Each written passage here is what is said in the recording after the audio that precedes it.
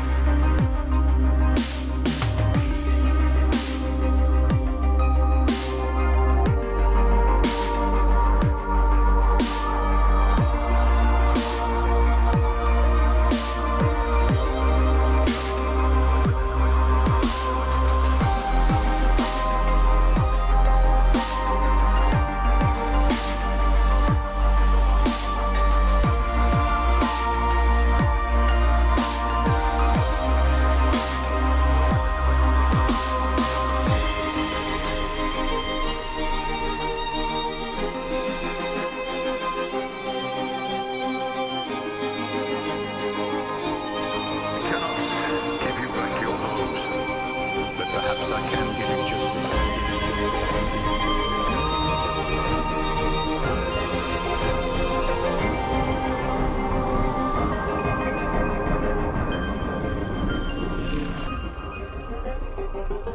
In the name of our king.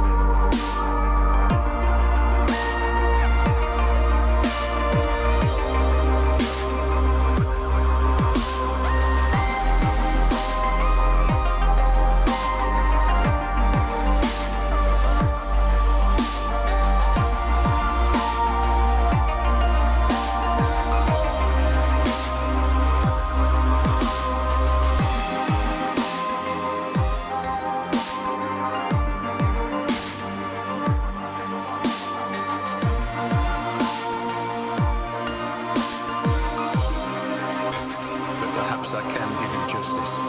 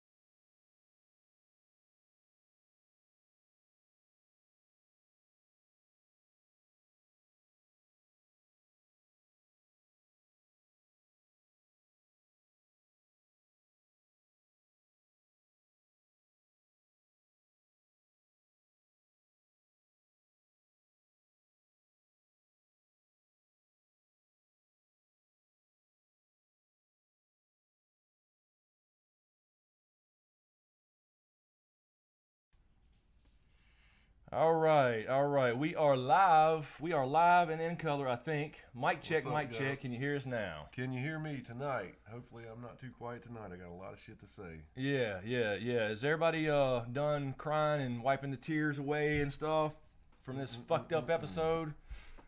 Wow, what a damn ride this was. All right, everybody hear us? Let's see. We got a weird thing going on with this new setup because I had two live streams scheduled, one for next week as well. So can everybody hear us okay? Hear James okay this time? Can you hear me now? Mike is good. Hi guys. All right. Let's see. John Kerry, Amanda Duncan, Jackson McGregor, Carol Brown, Ruthie, Bubba, Kim, Christian. Wow, I can't keep up. Michelle, Melissa, MEP, Aaron. Hello everybody. Hello. All right. So before we get started, let me first say this announcement for next week. Got to put this out there, and I don't have the link right this second, so forgive me. Carol, you may have this link. Next week, this is scheduled already. It should be scheduled unless I've screwed it up. But next week's live stream will be a charity live stream for a big night. Yes, for the season finale, a big night for St. Jude Children's Hospital. As you guys know, I told you before a couple weeks ago. Hello, everybody. Hello. Some channels put their money where their mouth is. Yes. And we are doing that. That's right. So we talked about it briefly because my buddy Corey, his daughter went to St. Jude, and she is alive and well today because of St. Jude. So next week we have a special link set up. It will be in that chat or in that description of next week's episode as far as the live stream itself. To donate to St. Jude, it goes straight to them. There will be like a little thing on the screen where you can see the progress and all that good stuff and alerts. I got that set up through Streamlabs. It took a while to get done, but that is set up. So next week, it will be a live after-show charity event. So that's what we're going to do. No super chats for us. Can't wait. None of that shit. We'll still read your questions and all that stuff, but you will be able to donate directly through them to a link, and it will show like on screen, just like this little bar we have in our current setup. Let's break records, guys. It's Next for week, be good there or cause. be square. Let's do this thing next week and get St. Jude some money. Great people and families that have to go there, fortunately don't have to pay a dime. It's all off charity. It's all off donation. So next week that will happen for episode 7, the season finale. This damn season is over. And speaking of this season, damn.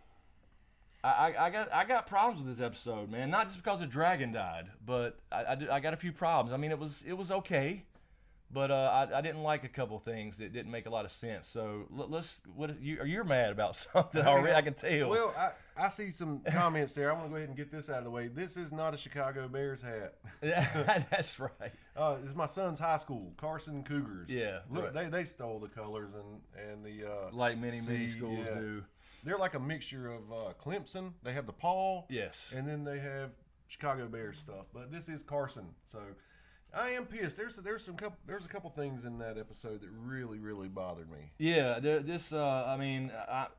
I felt like I was out of breath watching it. I guess the first thing that bothered me, and then you can chime in with whatever you think, but was the whole stone throwing thing. Yes.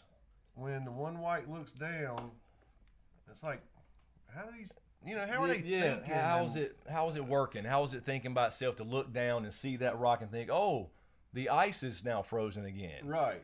So to me, what I told you when we were watching that scene, and we'll go through the whole thing here in just a second, the whole damn episode, but I was thinking, okay, the Night King's up there on this fucking rock or on the cliff, like watching them, just sitting there. Yeah, you brought up a great point. There's no reason that it should be a lot colder. Mm-hmm. It should be something to the effect of like the ice freezes instantly and they can immediately just go kill them all. So this had to be a trap. Because they had these ice spears ready. Yeah. They were sicking in the side of a horse, and that one bald, which I've never seen a bald walker, takes the spear. No other reason to wait there that long. I mean, he's waiting on the dragons to get there. He has to know what's going to happen. And they could have killed him. Absolutely. They could have overwhelmed him easily. And the other thing was they were after, and we'll get to this in the end when we go back over the scene, I'm sure, but they were after that white. That was weird. They were going after their friend. Like this high. What the fuck was that? I know. He screamed for help, number one. Anyway, they don't care about hostages. Come on. Exactly. So, okay, let's go through the episode. I know, but I see a lot of people are in here. So let's see. Let me catch up on the chat here. So a lot of people are shocked. like we are. Yes. Audio low. Audio low on who? Me? Let me check this. Let's. So sorry. Testing 1 2. They said it was fine a minute ago. I'll talk louder. I'll put it closer to James. The volume is all the way up. Better. Still same. Can you hear me now? I always say that. I don't know. I gotta quit saying that. Okay, volume is low. Hello. I see. Okay, we still have. I'm not sure what's going on. This new setup is ridiculous. If it's anything like my week, it'll just get worse and worse. We're not dropping frames. Everything's good. The volume is all the way up. I see the volume bar. Can you hear me? Is it just me? Or is it James or both of us? Yeah. Is it me? Okay, now it's good. Now it's fine. All right. All right, I'll talk louder and keep it closer to James. Some people are saying it's good. Some people are saying it's low. All right. Okay, so anyway, let's this okay. So it opens up with the war table that we saw in the trailer. Yeah, you brought up a good point. It told you exactly what was going to happen in the end. It was panning up north. And This is what I said in the trailer breakdown. It panned up north, and you saw the fire up there behind the wall. So you knew essentially what was going to happen. That we were going to see fire and ice meet for the first time. Yep. Which, like I said, that scene, as many problems that I had with it, it was cool to finally see that. But we saw it a lot earlier than we thought we were going to see it, I think. Hell yes, we did. So we go to them walking in the snow. They're north of the wall. I did say last week I didn't like this idea at all about going up north and grabbing a white. I kind of understand it, I guess. I can live with it. It is a show. But it's like, okay, they get up there, and then their buddy dies from the polar bear that was out by itself randomly. Right. Instead of just dragging his ass back to Eastwatch and taking off, they keep on marching. Like, why? He would have turned in a little while. Take him. Right. Just take off. So I mean, that really it saves a lot of freaking trouble, man. It saves a lot of trouble. Some people can't hear, some people can. I don't know what's going on. Some people are saying perfect. I'm sorry, guys. It's all the way up as far as I can get it. But yeah, so it was weird anyway. But I did like the banter. I liked the conversation between all these people who would normally be enemies. Exactly. I mean, that was what's cool about it. The Hound and Tormund and their little banter back and forth. And then I hate gingers. Yeah, about Brienne and then Brienne the fucking tar. So that was cool. I did, Gendry and the Brotherhood. How they sold him and all that shit stuff. Off his chest. Yeah. So these people were normally enemies. Are all working together, which is cool. That's kind of what John's all about. So I enjoyed that, but I just thought the idea in itself was kind of, I don't know. You can believe in, like, for example, you're trying to prove it to Cersei, but I don't know. You know what I'm saying? Like, what does she got to offer? It was a little hasty. I don't know. I just knee-jerk decision. It was. So anyway, then we go to. So anyway, I did like that. We had John and Jorah, Longclaw. The conversation I said last week we should have had. Yes. Where his cloak was in the way. And his cloak was in the way. And I guess I didn't think about it. You wouldn't have recognized the pommel being a wolf. But then again, it was probably a white bear, I'm sure. Yeah, that's what I was thinking. Anyway, had the conversation about it finally, and he offers it back. He's like, "No, I dishonored my house. He gave it to you. Enjoy it." And I noticed one thing though. He said, "Hopefully it serves your family well, you and your children." I know.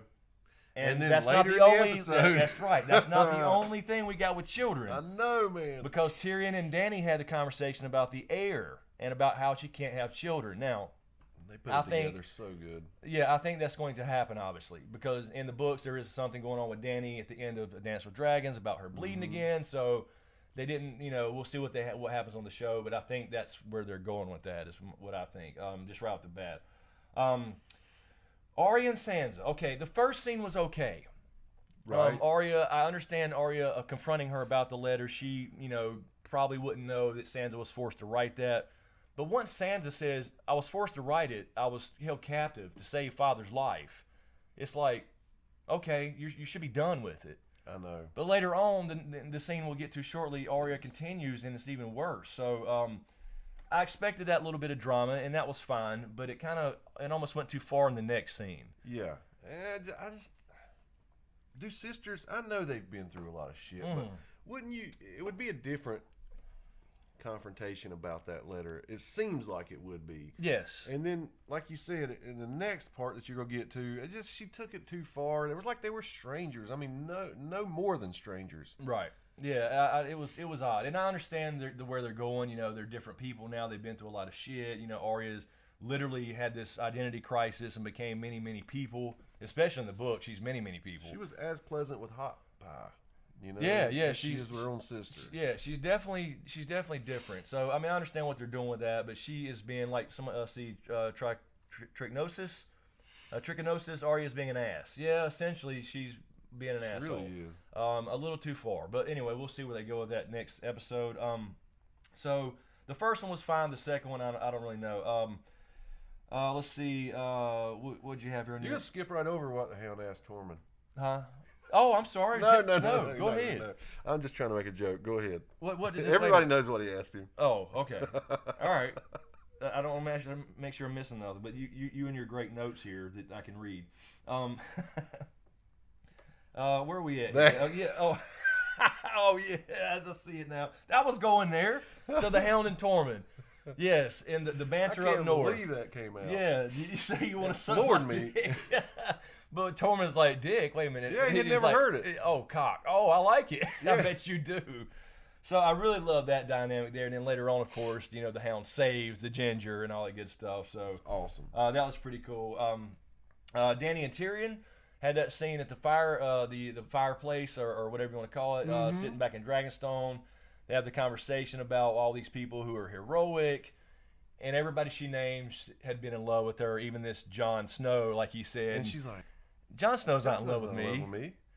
She's, you know, she's all giddy and shit. And she's giddy and shit. And Tyrion, that's why he's, staring at you longingly for this awesome, because he wants alliance. To alliance, yeah. Yeah, exactly. Cool. So, they kind of set that up as far as that in the future. And the children thing came up there, too, where we're talking about, right. Trying to talk about, like, who's going, you want to break the wheel, but you got to talk about the future. She was like, you've been thinking about my death. And he's like, no, I'm trying to make you understand. Aegon built the wheel, but you want to change it. You have to think about an heir if you can't have children. So they keep bringing up the children thing with the dragons, with her specifically. She says, we'll talk about the heir after I wear the crown. After I wear the crown. Yeah.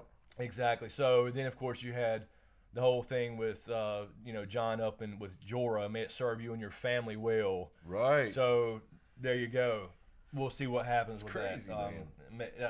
That's got to be an episode 8 thing, or season 8 thing, I'm sure, if it happens. But totally didn't see that coming. yeah. So then we have So this is basically back and forth between the North and Sansa and Winterfell. That's it. Yep. Essentially, we had the White Bear attack Thoros, and the Hound froze again. And this confirms to me what we said before. I think though that at some point he will not freeze. He will go out. You do something with fire. And it's similar with Reek, the way he reacts right now. Yeah, exactly. The Hound's starting to react like that, but we think they're both going to do something. Yes, and this is not the first time it's happened. The first time was when he said "fuck the king" and left King's Landing. Yeah, before he saw visions. But you're saying you think he saw a vision then? I don't know. Say that, well, you said it was a possibility. Oh, possibility that something flames started then. out there. Yeah, on Blackwater Bay. Yes. Something that changed him right then on the spot. So right anyway, there. that just reinforces to me since he froze and Thoros got his ass chewed up, and then he lit the sword and cauterized his wounds, but he froze again, thinking, okay, that's got to be the last time he does that. I agree. Because essentially he could have killed the thing and it wouldn't have never fucked Thoros up. Right. So the Hound's definitely going to do something with fire soon. Well, it's got to happen. It's only soon. There's only a few episodes left of the whole damn thing. Let's see. So, again, get back to our point again. The guy that the polar bear's chasing the red shirt. Yeah. Directly behind him, he's running back towards the group. They're getting ready to fight. And then it comes from the side. I know. Where did that it was come awful from? Foggy, but I still can't see that thing zigzagging. Like it came that. around. Yeah, like this did this, it flanked him. It flanked his ass. And That's it right. came from the side. Anyway, I thought it was a little bit odd. Was that just to wound Thoros for his death later? Because it was a white out by itself when every other thing that's dead up there is with the army of the dead marching south. Right. Or marching towards Eastwatch. I see what you're It's saying. like, why is it out there just completely alone randomly? I don't know. It's starting to get crazy with that stuff. Yeah, and the way the whites are acting. Yeah, and we did learn something huge as far as the end scene when they decided to.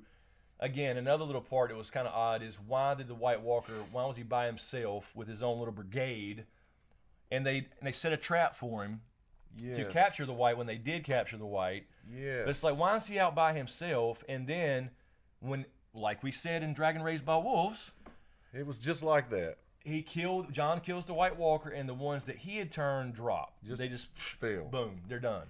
And of course, just kind of conveniently, one was left. Left the one Conveniently, but you know, it kind of goes back to what we were saying about the red shirt. Just drag his ass back to Eastwatch. You never have to see the White Walkers. So they fell into this trap. I'm telling you. And wasn't it Jorah that was talking to John about it? It was like, why did they drop? Or yeah, whatever. They started discussing that on the He rock. Said, maybe, right. Maybe he turned him.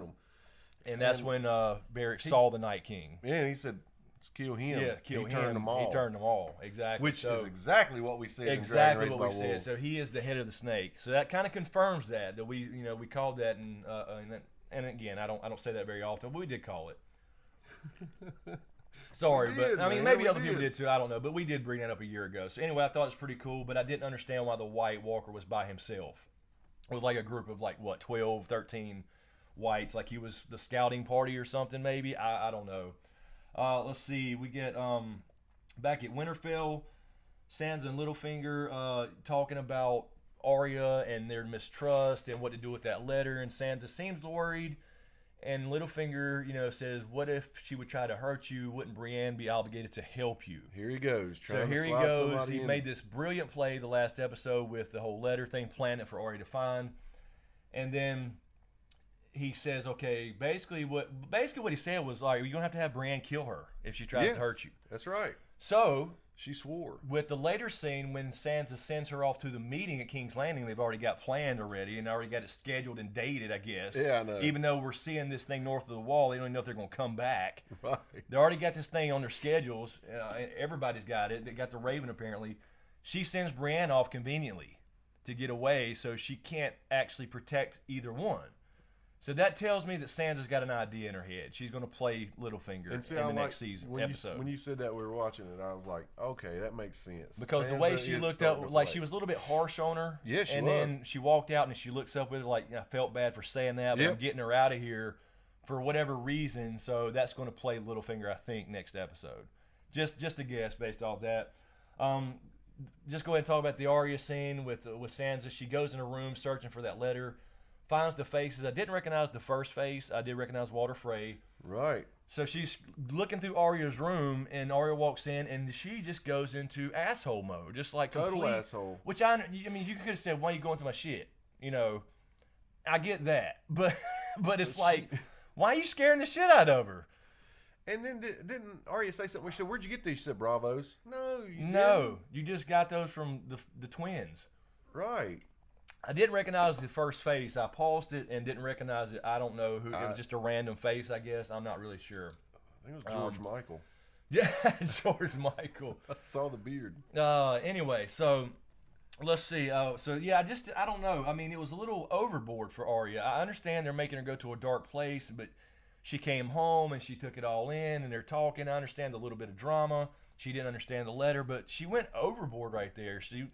She was being an asshole and scaring the shit out of her. And then she goes up and flips the knife and just hands it to her and walks out. Like, I could have just, all I need is your face. What would it be like to wear those pretty dresses? Right. So what do you think that's setting up? It's setting up. Why are they turning her into such a complete asshole? Are they trying to turn us as the viewers? It makes me wonder if it's legitimate or not. Like, they're playing this game in front of Littlefinger. Like, he's aware this is happening, or he can hear. That's gonna blow my mind. Like they're, you know what I'm saying? Yep. Like I'm thinking that they're playing this game because they dramatic. know he's watching. Yeah, it's a little overboard. It went overboard, and the previous scene, like I said, I can understand that. Arya says with your help, father got killed. Sansa actually explains herself. Arya doesn't really buy it, but she walks off mad. Fine. But this one was overboard. So I'm thinking like they're doing it. I mean, I don't know if they would set that up inside a closed room like that exactly, but at least the idea of it, playing Littlefinger. And I can Next see episode. Bran being involved in it Yeah, also. he can go back and see everything he's ever done. So he's trying to help them set it up to get Littlefinger to spill his guts or something. Yeah, and let's see, is it Phoenix K&T, I'm sorry if I'm mispronouncing your name, why did she give her the knife? Yeah, exactly. She just like handed her the knife and walked out to scare her. It's gone through all three of the Starks up there now. That's true. Handed That's to Bran, true. then to her, now to Sansa. That's true. So yeah, I mean, is that like, you know, I don't think she's going to keep it though. I think she just handed it to her like, here it is. I could kill you right now. I'm just going to hand it to you to scare the shit out of you, make you piss your pants, and walk out with some drama, you know, and slam the door. I guess. Does this open up? Excuse me. Does this open up Sansa killing Littlefinger with it because now it's in her possession? It could. I still think Arya would be the one to do it. Okay. So I do think this is. It just went from such an extreme or from just a normal kind of a conversation about, you know, with some drama involved, to really an extreme Arya being a really dark, really super dark, threatening her own sister after just getting home. Yeah. I just got a feeling they're playing Littlefinger in some way. So anyway, I just need him to survive one more episode for my prediction that he'd make it through this season. Yeah, that's right. Well, I'm really scared. If he dies next episode, it came true. It came true because this is the last one. Unbelievably, the last one already. Let's see. So we talked. We mentioned earlier. We were talking during the show. The Greyjoy Rebellion was brought up between Jorah and Thoros after Thoros' injury. They went through a snowstorm, and then it was fine again while he was, you know, while they were still trotting along. He's got this bad injury, so you knew he was going to be a goner. And honestly, I thought more people would be goners. But brought the Greyjoy Rebellion because he was the one that infamously charged through the battle with the flaming sword. Yeah, and Jorah was like, "Man, I thought you looked so badass." Yeah, I or thought whatever. you were the bravest man I ever known. No, I was just the drunkest. I don't even remember it. So I did like the banter between everybody. Gendry running back for when the Whites attacked. Gendry running back for the wall. Okay. How far did they walk? I don't know. I mean, again, I'm usually, don't get me wrong, I love Game of Thrones, and I usually reserve a lot of harsh criticism, but this north of the wall scene was just odd to me. Like, it really was. You don't know the distance they walked. First of all, they never took horses. Benjen, of course, showed up to save Jon at the end. He still got a horse up north. Is it too cold? Why did they try to walk it? They didn't know where they were going, except for they were looking for a mountain. So you know it's a pretty good distance where you can't see the mountain from the wall. Yeah. Or even on top of the wall. Like you would think they'd get on top of the wall and look, okay, do we see a mountain shaped like an arrowhead? Oh, there it is. Okay, that's about 10, 15 miles. Let's go. No, they just go. I mean, we just skip that part. Well, you know, it started messing with me when you complained about when Bran sent the Ravens to Eastwatch. And the distance and the time. Yeah, I said that in the review video. You know, he was probably warged for about a month. Yeah. I mean, and you know, why was he not watching? Why did Gendry have to run back? You know, exactly. Why didn't Bran see that like himself? Like he's keeping an eye on things, and then send one automatically to Dany. Yeah. You know, and all because he's already done that before. Hey, they're in trouble. Go with your dragons now. Yeah. And that would explain her showing up versus Gendry running back, passing out in front of the gate. Yes. And Davos barely getting it out of him. So, yeah. Let me mention Shruti Patel saying Longclaw opened an eye. No, I people had asked me that, and I got a couple things spoiled. But somebody sent me a picture of that. It was just the. You made sure to look tonight. Yeah, it's got like kind of rubies, or not rubies, but I don't know, some kind of gemstones in the eyes. So it was just a reflection of that. It wasn't like a magical thing. Said Gendry is the son of Barry Allen. That's right. That answers it all. That makes sense. It might be. That's what it is. So anyway, so we talked about that. Kill them. You know, you kill the Night King. It turns them all. Yep. That makes sense to me. There was 3. There we go. Yeah, You're on the third one. I think I'm here. I think I'm called up you here. are. So then we had, she sends her away, Dany and Tyrion. Okay, somebody sent me, I saw the picture of Dany's dress before it too, and somebody said that was Ghost, his pelt. That's funny. That was a nice funny coat. But it was like, okay, she got dressed up for, the trip up north. I mean, got a little fur on. Yeah. I was saying earmuffs or toboggan or something. Exactly. Wasn't really much thicker than any other dress she was wearing, but anyway, she had the Ghost pelt on. So there's where Ghost has been the whole entire time. Jon made a coat for her. I mean, it's like, I don't know. That's terrible. Oh, that's horrible. I know. Yeah, I'm just this episode. I'm just mad about the dragon people. I'm sorry. I'm mad. I know we haven't got there yet. And it's like, I know. Here we go. But anyway, this. So we go to the Littlefinger Brienne thing. We talked about that. I do think they're going to be setting up Littlefinger. Otherwise, there's no reason for Sansa to send Brienne off right now if she truly fears for her life. And she does have a lot of people there for guards, etc. But she would not have sent Brienne away. That's to right. That, or quite yet. That's a good point. To that meeting. That's so a good. That's good what kind of point. reinforces the idea. I think that they're setting up Littlefinger with the whole over the top argument in the room thing. Like, what did you find? These are faces. Where you been? You know, fuck you. I just need your face. I can wear your dresses. All that shit, I think, is going to set up Littlefinger. So we'll see in episode 7. Go back up north. They are completely fucked. The Hound throws this rock. This is the part you were saying too that you didn't like. He's throwing this rock and he hits one in the face, which is kind of funny, and it just like turns back around. But then he throws the second one. It slides to him, and he looks down. And he looks down. Now, was that the Night King or looking down through him? I hope. Like a warging ability. I know he's kind of controlling everybody. They kind of confirmed that when they killed the White Walker.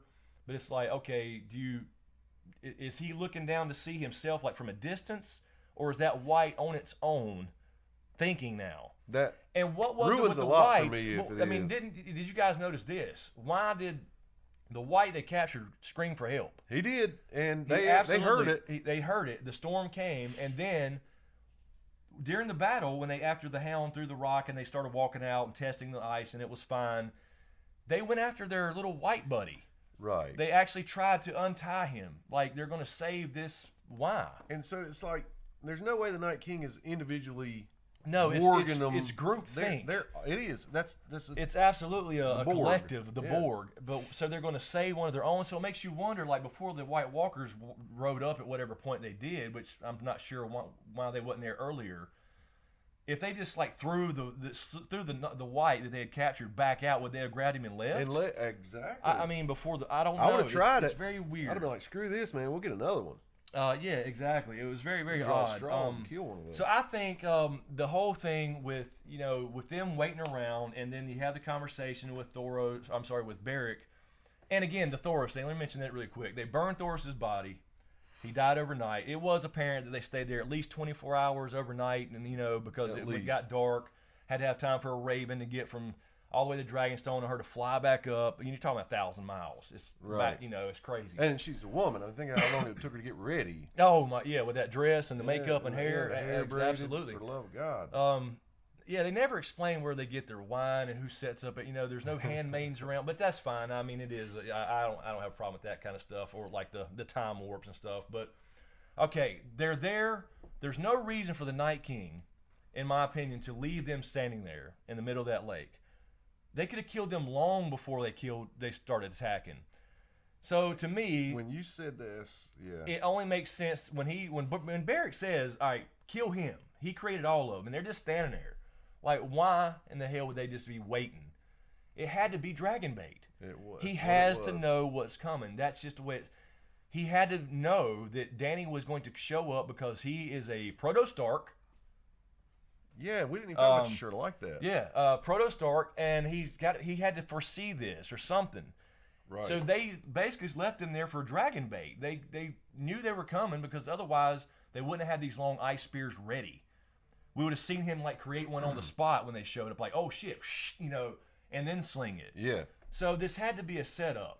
Otherwise, there's no reason to leave them alive in the middle of that damn lake. He's like Lamar from Revenge of the Nerds. He did. I was thinking about that. Dun dun dun dun dun dun. I was thinking about the Lamar bouncing spear. Oh Lord.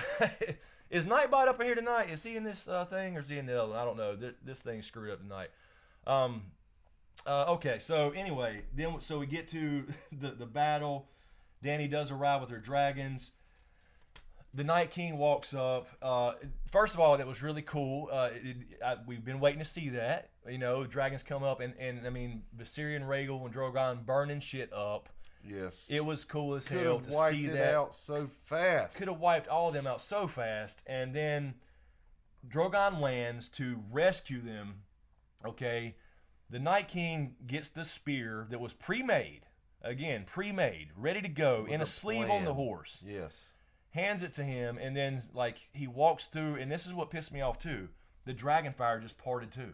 Whatever was left burning, just parted. Like the dragon fire is not going to affect the Night King at all. You know, when we saw at Hardhome walk through fire, I thought dragon fire would be different. Exactly. We said that many times. It's a magical element to it. It's hotter. It melts stone. You did see the water steaming like it was boiling water instantly, and it turned the whites to ash. That was awesome shot too. Good. That looked Foamy great. Looking. Yeah, it looked great. But then he comes up. Dany is literally sitting right there in front of him with a dragon that's on the ground. But Viserion's over here still flaming shit up, so he picks the one doing more damage. And he's just trying to show off. I guess. Like he Lamar. could have easily got the one like Lamar. He could have easily got the one you she's throw sitting it on. at the Dragon Queen and they're done. Yep. The movie's over. So unfortunately, that's the only reason not to do that. So he threw it at Viserion apparently, and that's the one that's died. And he lands. He blows up essentially. You see the blood. I know. He lands. I'm pissed off. I knew it was coming. We knew that we are going to get a dragon death at some point. We've been saying it's not going to be clean, and there's going to have to be some losses on the side we're pulling for. But when you see it, man, when his eye went out and he slid into the water, how heartbreaking was that? I can deal with Thoros. I could have dealt with Jorah, but not a dragon. I'm sorry. And the look on Dany's face, you know, it's like she could feel it. Yeah, and the other dragons felt it too. They were screaming. And then Rhaegal disappeared. I guess just they didn't want to show they were overdoing it with CGI. Dragons this season, I don't know. He just vanished. They took off. The Night King did, in fact, try to throw one at Drogon, but she looked back and dodged it somehow or whatever with her reins. Not sure how she does that, but he did dodge it, so he tried. At least he can miss. At least it wasn't like he's got this perfect aim every time.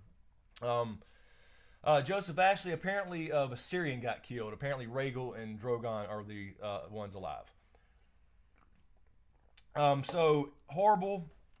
We get back. They do make it back. Benjen saves Jon from hypothermia, which again, that was kind of odd. Benjen said there's no time. Puts Jon on the horse, but then he waits for the other whites to catch up with him when he could have easily been on the horse with him. Right. Maybe he was just ready to die. That's what I think it was. I think so too, because he couldn't go beyond the wall himself. Yep. So I just think he was ready to go. Jon gets out of there. Dany's waiting on top of the wall with Jorah. They blow the horn once for a ranger returning, and there he is. Drogon's flying around looking for him. He's pissed off. Like he's looking for him after the whole thing with last episode, him sensing him. All that good stuff. So I think that's what that was for. He makes it. They get him on the ship really quick. I guess Thoros is going to stay back with Tormund. I mean, not Thoros, Beric. I guess like he's just going to stay at the wall. I guess the Hound's going to go. Goes with them on the mission to King's Landing for the meeting. Yeah. They do at least show Jon's frozen clothing, as in he just about died from hypothermia. At least they kind of showed that. We see Dany come in, and they had their tender moment. She saw the scar. She didn't ask about it yet. No, but she saw the scar in his heart, all the scars on his chest, for that matter. And they hold hands, and he's like, "You're my queen." Dany calls her Dany. How did he know? That was crazy to call her me. Dany. Yeah. And then she mentions the last person to call me that was what, my brother. Not good company to keep. And then he's like, "Okay, I would bend the knee to you since you did what you did. They'll come to know, the Northern Lords will come to know who you are, what you are. You're not your father. You confirmed that for me," type thing. Yeah. So tender moment. They hold hands. Really kind of cements this love story that's going to happen. And he's like, okay, he's going to be the next, Torrhen Stark, the king who knelt. So when he eventually can stand up, he'll kneel, and the Northern Lords will not like that at all. They won't. But she's got to prove who she is to them. Yes. Well, I'm sure the dragons flying around the wall, and that's gonna help. And hopefully Jon's story to them at some point about what she did for them and how she came and risked her own life to save everybody kind of gets them on the same page. So it's kind of repeating history. And then, of course, the very ending, the last scene is the worst ever. Where do the White Walkers get 4 We didn't have time to talk about this enough. But fucking chains. I I mean, know. seriously. I mean, look, I let a lot go on this show. I really do. I understand it's not the books. I understand it's a production on TV. It's visual. I can forgive a lot of things, but okay, sorry. Where did they get 4 giant fucking chains? Now, we talked about before they have a culture. You know, we have 5,400 people watching. Outstanding. Welcome everybody. We're just bitching and moaning today. Sorry. Yeah. This didn't make me feel good this episode. But anyway, you know, it would have been one thing to see an ice chain, like they made it, like, you know, they used their supernatural skill to, you know, make this chain. That would have been totally acceptable. Been totally fine. 4 giant ass metal steel chains from where? Where'd they get them? And how did they get down in the water to tie it around the dragon's neck when it clearly showed that when they dropped in water? That's why they were safe for a day or night, however long they stayed anyway. I know, man. So I shit don't like really that. understand that. And essentially, basically what happened, they put him up. He turns him. You see the eye turn blue. And there you go. There's your dragon rider. There's not going to be another Targaryen that pops out and rides a dragon. There's your 3rd dragon rider right there. And I guarantee you, I'm just telling you right now, he'll still breathe fire.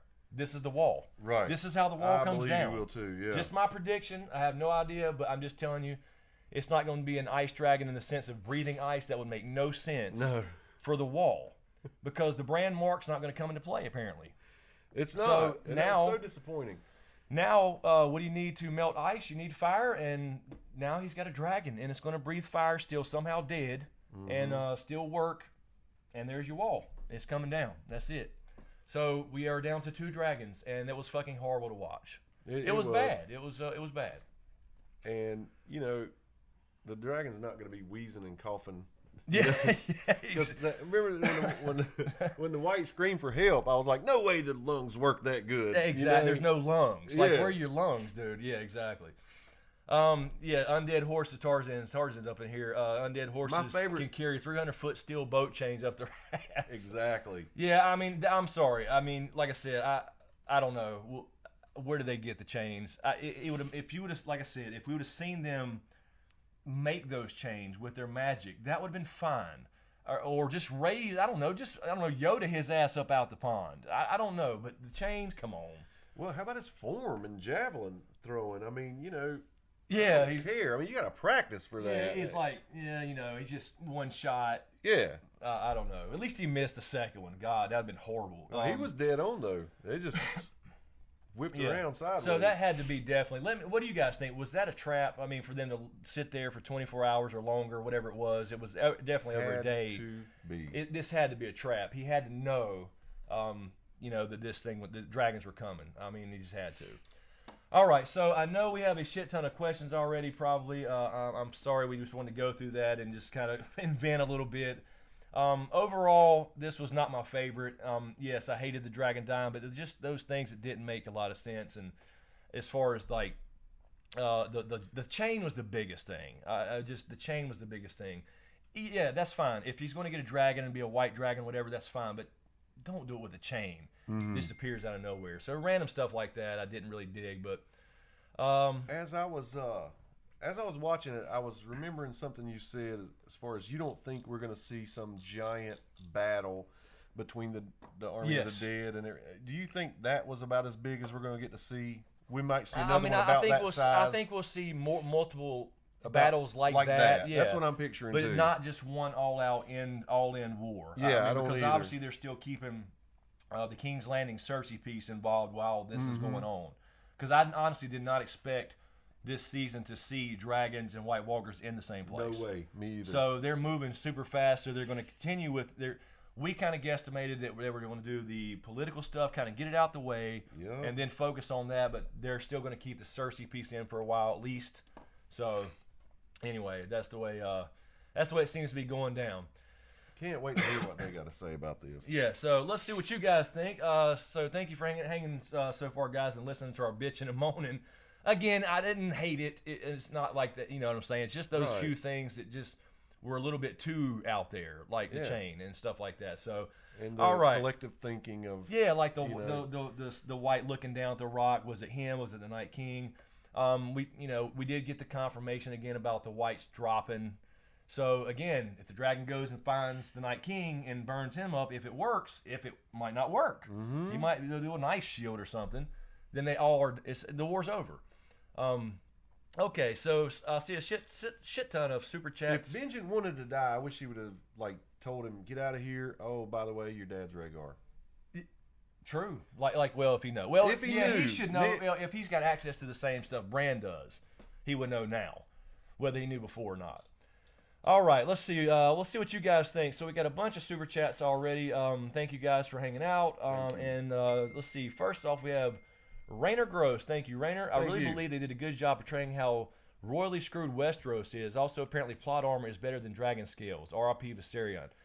Yeah, I do agree. You felt, especially the scene up north, you felt they're like, oh damn, it's hopeless. You felt hopeless, and that's the feeling they were going for. I think so too. And that's the way I felt about it. I mean, I did. It was they did portray that for sure. So thank you, Rainer. Alexander Christman, Christman. Love you guys. It seems like this episode was missing a scene or something. Did you guys feel like that? Yeah, that's a good way to put it. Yeah, it did. Between, like, especially at the end, the Night King gets on his horse, and they leave. Jon gets out of the lake, and then it's like, okay, they're leaving. But then they come back, like we missed where they got the chain. Did they go back home? You know what I mean? So yeah, it did feel choppy to me. It really did. That's a good way of putting it. So absolutely true. Let's see, Josh Novosad. Thank you, Josh. Keep up the good work, guys. Loving the videos. And Sir Tie-Dye's new channel. What was the first face Sansa pulled out of Arya's bag? Yes. I don't know. If somebody knows, if you recognize that, let me know, because I paused it and I couldn't recognize it. I couldn't either. The second one was definitely if I'm Walter being Frey. Honest, it looks like Jon more than anybody I've seen on the show. Which It kind of did. Stupid, It kind of did. You saw the goatee and everything. Yeah. So yeah, I did not recognize the face, and I paused it. I'll look again to see if I can figure out for the in-depth review video, but I didn't recognize it, Josh. Was this the first episode that didn't feature Cersei in it at all? This season, yes, I believe so. I believe so you're right. too. Yeah, I believe you're right. Absolutely was. John Carey, thank you, John. Holy shit, we have an ice dragon. Do you think there will be one in the book? I don't know, man. You know, I've been saying no. Well, technically it's a white dragon, I guess. So there is a difference. Now, the Ice Dragon book that George R. Martin did, he told us, unless he's just lying, that this was not in the same world as far as the Song of Ice and Fire. So there is a book based off an ice dragon, but I don't know if that. I mean, technically that's what it is now, I guess. But I don't know. I don't know about the books. We're just so far beyond. But I would imagine we will. I don't think those big time. I don't think the giant plot points are going to be different. Right. So I mean, I think it has to be. I think it has to be too. It's too big. Yeah, it's too big of a thing, because the whole third dragon rider thing. You know, the dragon must have 3 heads. Everybody's been speculating for years on what that means. And the big twist is the fucking Night King, apparently. But in the books, again, we don't have a Night King yet. We don't have a de facto leader. And I straight up guessed that, didn't I? I straight up guessed one would come and get killed. I said it would land and out of being tired or something, but then I backpedaled and said, no, I don't think it's going to happen. Yeah. Damn if it didn't happen. Yeah, I think you said it would land for something, and then the whites would be able to kind of swarm it or something like that. And but yeah, we basically. have one. I thought we were going to have one, and then I just totally changed my mind on it. Right. Kedra Girl, thank you, Kedra. Thank you. I do not see a question, though, so I don't know if you have one. Try to get to a moderator, please. So thank you. Higa Herger? Higa Herger. Love the Westerosi A-Team's inter-team dialogue. Yes, that was the best part of the episode. That was for me. awesome. I did love their banter back and forth, and that was some great TV right there. Love to see the Dream Team, and so many memes this week with the A-Team and the Suicide Squad. I mean, awesome. You gotta love the crew. I mean, it's the Dream Team from hell. Alicia Davis, thank you, Alicia. Did Night King set a trap for the guys to catch a dragon? Exactly what we said. Exactly. There's no other reason for them to leave them alive and sitting there in the middle for that long, and they're just sitting there watching. What I told James was, when the Night King walked up and I keep saying Thoros, but Beric points him out and says, kill him. They should be breathing thicker, should be colder instantly. Air should be. And the pond or lake should have been instantly frozen. Right. There's no reason to leave them sitting there in the middle of that thing. It had to be a dragon trap. It had to be. So that's the way I think about it. Pre Figueredo, thank you, Pre. Thank you, Pre. Yo, guys, how do you think Sansa's game of faces with Sansa will play in killing Littlefinger? I felt like she was telling Sansa what she could do. Have a great show tonight, guys. Yes, that's a good point. Yeah, I mean, I do think that she sent Brienne away not to interfere in whatever they're planning, is the way I took that. Right. So I still think that Arya will be the one to physically do the deed, but Sansa will call him out or something. I don't know. They're setting up something because it was way over the top. That's the way I took that scene. And I still wonder about her having the dagger now. I don't know. Yeah, that's true. It's true. We could see Sansa actually kill. I mean, you never know. It's something that would really be out of character for her. It would, absolutely. A jaw dropper. Let's see. Lauren Young. Thank you, Lauren. Lauren. Emotional episode. Yes, it was. Damn roller Really coaster. was. Will the Night King be a rider? Is this the Dragon White or White Walker? This episode raised more questions than answers. Yeah, I mean, you got to assume that he's going to ride the damn thing, and that's his tool to get through the wall. I think that's what it is. I think that's what they set up, since they're not using the brand mark thing, where, you know, the magic was broken. Now he can just go with another magical being and melt it. So I think that's what's got to happen.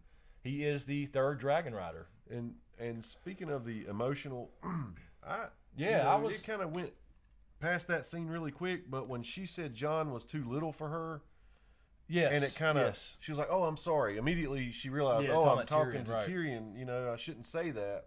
But yeah, I felt bad for Tyrion in that scene. He handles it well. But then she did kind of save face and say, you know, I understand you're brave because you've done brave things, and I wouldn't have got a coward for my hand. Right. So I understand what she was saying, but yeah, it's just that weird. It was kind of weird. It was odd. It was a weird thing to say for even. It was just odd to say he's too little for me. Jackson McGregor, thank you, Jaxie. Volume is super low. I have my TV well over halfway up, and I still can't hear you. Okay. I hope this has been a while now. Yeah, that could have been from the beginning. It might have been from the beginning. So hopefully you guys are still hearing us okay. Let me check the actual. I don't see anybody. Oh, there's Nerd Factor. Nerd Factor. You heard what I said earlier on? We next week will be all charity. All charity for St. Jude Children's Hospital, and we do have a link for that, and there will be a link in that description that you have to use. So next week we won't be doing super chats or Streamlabs, all that. It'll go through that link, which will show up on the screen and everything, so everybody can see what the goal is and what we get to. Let's see, where were we at here? Ruthie Pegs, thank you, Ruthie. Do you think the Night King didn't kill a dragon for a reason? He was closer. Maybe he didn't want to kill Dany, as in her Night Queen. I thought about that, actually. Clearly he was right there, and they were on the ground. But then Jon, of course, get pissed off, and kind of, I think he was going to charge him, essentially. Like, he was mad after the dragon was killed, but it's like, why are you picking the one flying? I was even saying that during the episode. Like, he's gonna. It's right there. He's right. Why are you looking up, bastard? Why are you looking up there? And the only way I guess I can only say that he was still doing the most damage. He was killing his army. That's the only thing I can think that he would change. Well, because he did try to hit them after they took off, but he's still sitting right there. Think about this. In a certain series that we've done, we've speculated about what's their reasoning. Yeah, about coming back, you mean? He don't want to kill her yet. You know what I mean? And exactly what I was thinking about, and what Ruthie is saying. Yeah, he's trying to prolong something. Exactly. It goes to, but then again, the other thing, I thought about that, but then again, he did try to throw it at Drogon with her on it. Oh, shit. In the air. Yeah. So I'm thinking, okay. Shit's too fresh on my mind. Because that's the first thing that popped in my head, Ruthie, was, okay, this is going to come down between Night King and Dany. End game, just thinking out loud. And now, but then it's like, okay, but he did try to throw the thing at Drogon. He didn't miss on purpose. No, he didn't. So, I mean, there's something to, I don't know. There's got to be something. Guess there. what we're doing? They will meet again, for sure. Guess what we're doing right now? Trending? Number one. Live trending Trending again. Oh. 2 weeks in a row, guys. Thank you. Thank you, guys. Awesome. We're trending at number one live. Sweet. 2 Sweet weeks daddy. in a row. Awesome. All right, so Travis Porsche, thank you, Travis. I tried to tell y'all that Sansa will be worried she's on Arya's list. Does anyone else feel like the TV series will not give us a conclusion? We have to wait until the books come out to get the ending. Whoa, don't say that, Travis. Oh, man. You mean between Arya and Sansa? No. Or just in general. would the TV series stop No. and wait for the books? No, I don't think so. They got the ending. They've already said that. And they're going to show the ending. And they're going to show, yes. Okay. Yeah, now if you're talking about the thing, I guess it's two separate things, yeah. Yeah, Sansa looked worried, absolutely. Arya scared the shit out of her about taking the face, and I could be you and wear your dresses and all that stuff, so that was a little over the top. And again, that's why it makes me think when she sent Brienne away that it's something to do with actually playing Littlefinger. But yeah, as far as the conclusion of the show, they do have the ending. They have Winds of Winter essentially.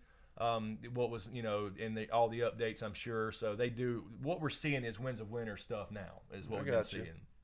So let's see. Jeez, that would piss me off. Yeah, exactly. 7th Gen Texan, thank you.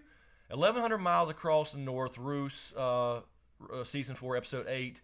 Plus 400 to Dragonstone, 3-day Raven trip at 500 miles per day, plus a half day back. They're dead by then. Yeah, exactly. That's what right. I mean, and the thing I was going to say about that is when they burned, and I started this early, I didn't finish my thought. It's too much going on in my head. When Thoros died and they burned his body, Beric lights his sword, and I'm thinking, why didn't you have that sumbitch lit all night? And just stick it in the middle. When you said that, stick your sword in the middle of the damn people, and they can be like, and they can all just huddle around a fire sword at least. I mean, come on, man. Damn it! If there was a fucking candle, they would have been huddling around it. You damn right. So yeah, I don't. Yeah, this. So yes, I'm normally very, very forgiving of the time things because I understand what's going on, how they have to do it for TV. But yeah, this was a little much on the suspension of disbelief. But I mean, it is what it is. And I'm still going to watch next week. I got to see what's going on. So yeah, I mean, it's not like I absolutely hated it, but so I don't want to come off too harsh, but it's just my opinion. No, there's a lot of good stuff. Oh yeah, there's still lots of great stuff in the episode. Jason Coleman, thank you, Jason. Q&A, were y'all happy when Tormund survived? Yes. Oh my God. Yes. I was holding my damn breath, man. Dude. Oh, I thought he was a goner. Because you know they're going to start going at some point. Exactly. I was terrified. I did expect more people to be gone this episode. I expected like 2 or 3, including some red shirts to go down. I was so glad, dude, when he made Gendry give him his warhammer. Oh before yes, he left. You'll be faster. Remember when you saw it and you were like, "Oh yes. God, I hope he don't die." I did that. You made a little video. Yeah. Like, why does he got his warhammer? He's going to be dead. They just brought him back to die. When he handed it to him, I was like, "Thank God." Yes, exactly. So I mean, I'm glad Gendry's been working out in King's Landing, and that rolling and shit got him in shape because he ran a long fucking way. Hell yeah. And passed out at the gate. So anyway, I'm glad they did explain that. You'll be faster without it. Leave it here. We can use it. He leaves the hammer. Okay, thank God. But yeah, Tormund was close. That was a close call. But the Hound saved the ginger. Let's see. Mike Karras, thank you, Mike. Thank you. Bestiality confirmed. Darth Sansa hard. Bestiality basically was confirmed. Exactly. It was kind of. You got to do what you got to do, or something like that. You got to make do with what you have. But yeah. I think that was a little reference to the bear thing, which we know is a tail, which could be a Mormont. I don't know. I think that's what that was. I don't know. Darth Sansa hard. Exactly. Shield that guards the realms of men. Jon knows something. Saltwater confirmed. Yep. Jon. Well, I don't know. That should have been fresh water. It's just water in general, I think. Jon calls her Dany. Last one to call her that was her brother. Viserys dies.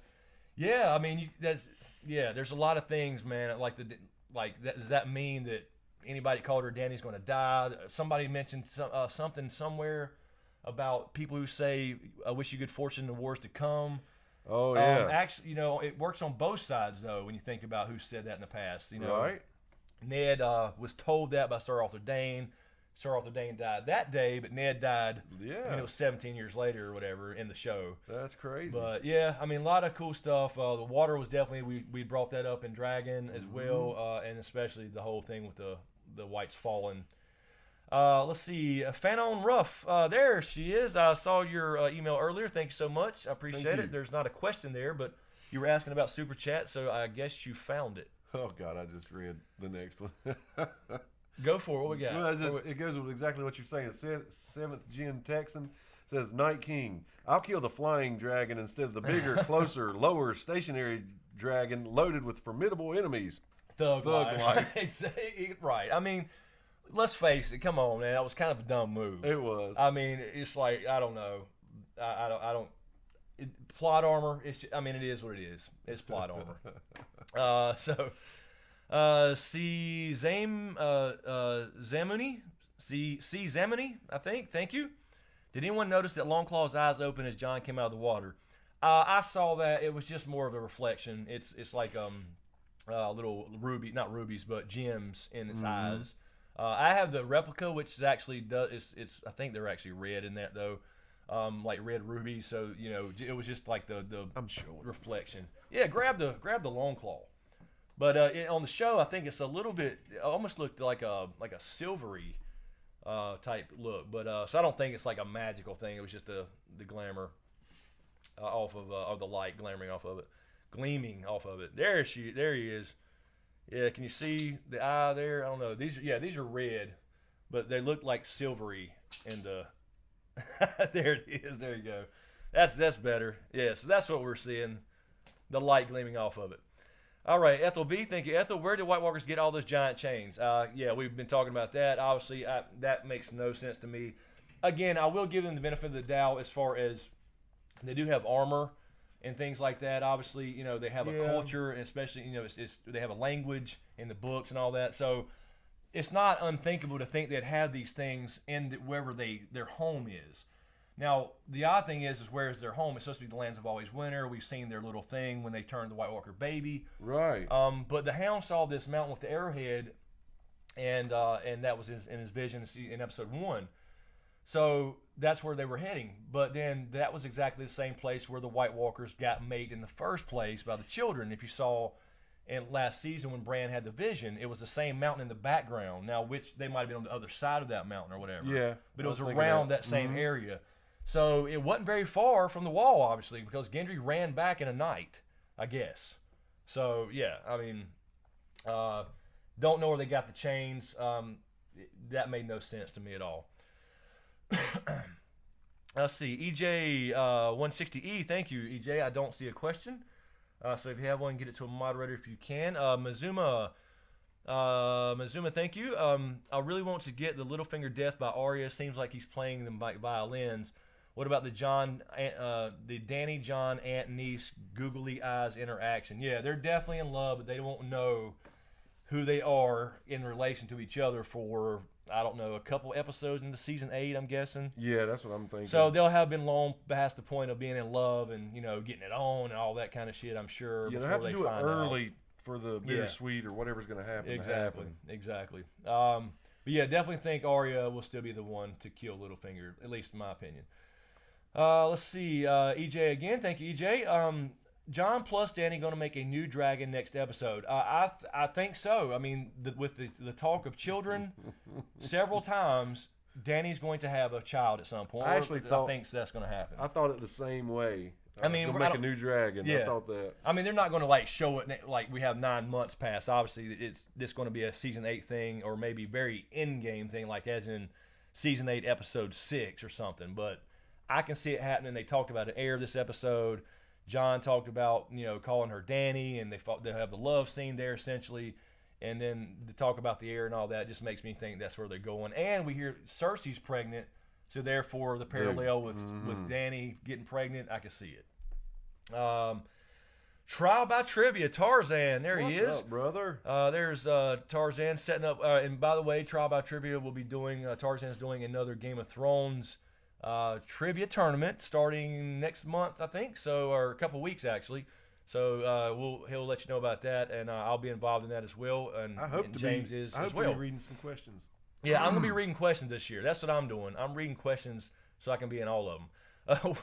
So Tarzan says, "Where the hell did 300-foot steel boat chains come from?"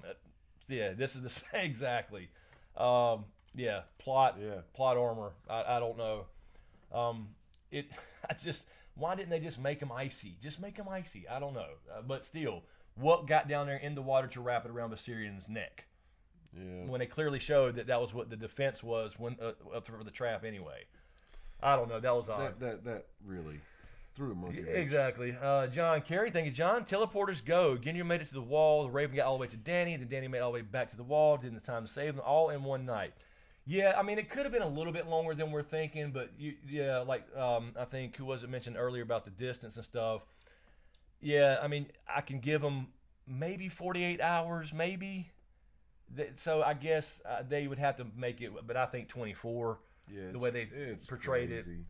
So that was a little outlandish. Unless Bran had it sent before Gendry even. Yeah, now that would be something cool if we did find that out. That would help a lot. But then again, of course, Gendry said to Davos, "We need to send a raven." So we're assuming that happened. Good point. But that would be kind of cool if we found out that she left because they got something from Bran before. But then again, it would have been that much earlier.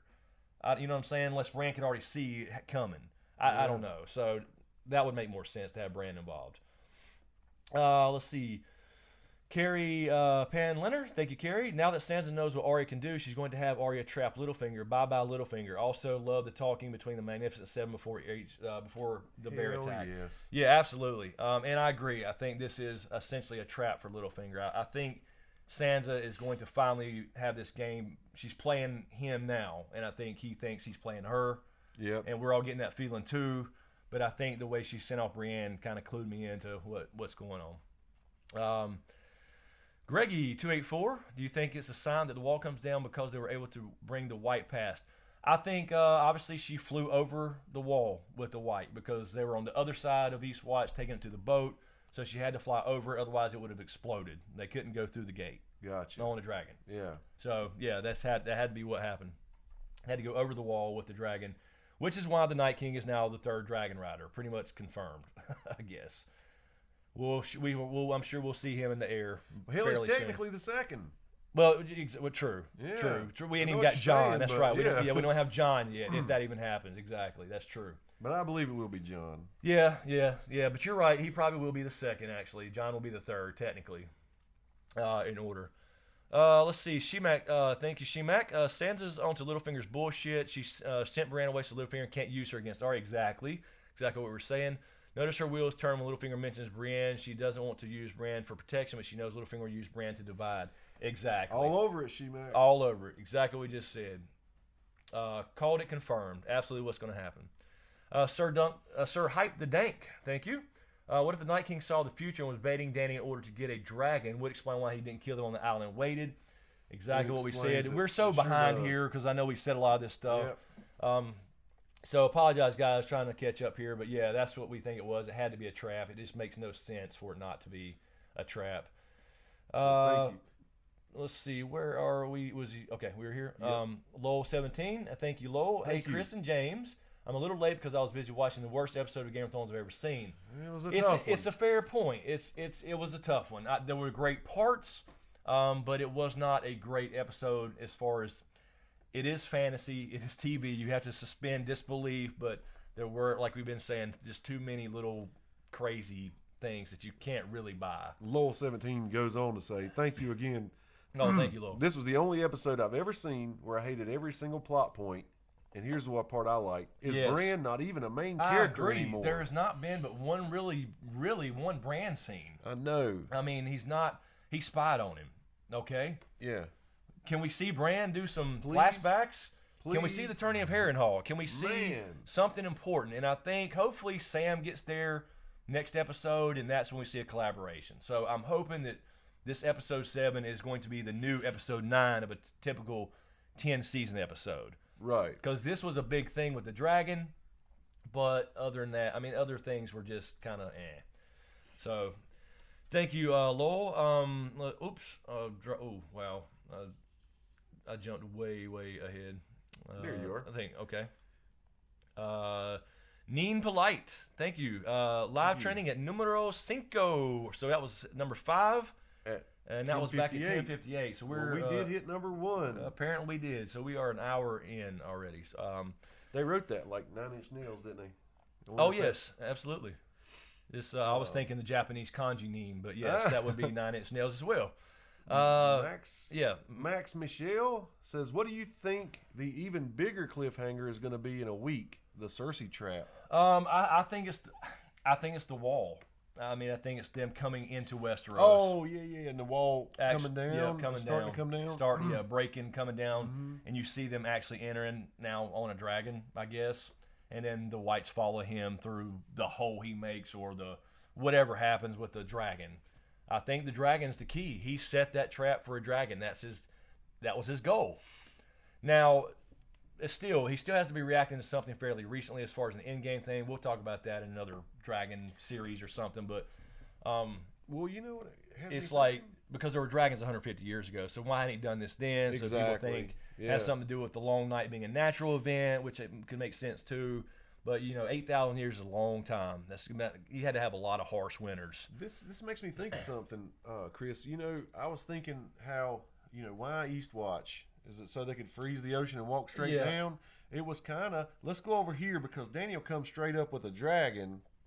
And well, I thought about it. Somebody asked me that too in a comment, I believe, why on the go videos. all the way over there if you're not coming around? Yeah, and I actually thought okay, well, tactically it makes sense because you do have to deal with men, even though you have nothing on their numbers. I mean, you have them over with numbers of whites, but if you're at one end of the wall, you don't have to worry about anybody coming from that end of the wall, from the Night's Watch or anything. So they don't have to wonder about one direction. From a tactical perspective, it makes sense to go to the end. But I don't think they're coming that way. I think he just came that way because it's quicker for Danny to get there with a dragon because he wanted a damn dragon. He wanted a dragon. So what point they enter now? I think it's going to be Castle Black. Yeah, that's what I probably think. Go back to Castle Black. Now he's got his dragon. Because you do have Ed and him sitting up there doing nothing now, and they're not even parts of the show apparently right now. So you're right. You're probably right.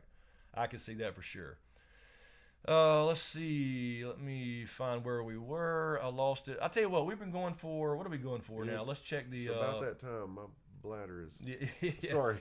Yeah, okay. We are still at, what are we at? 4,900 viewers and been going for an hour and something here already.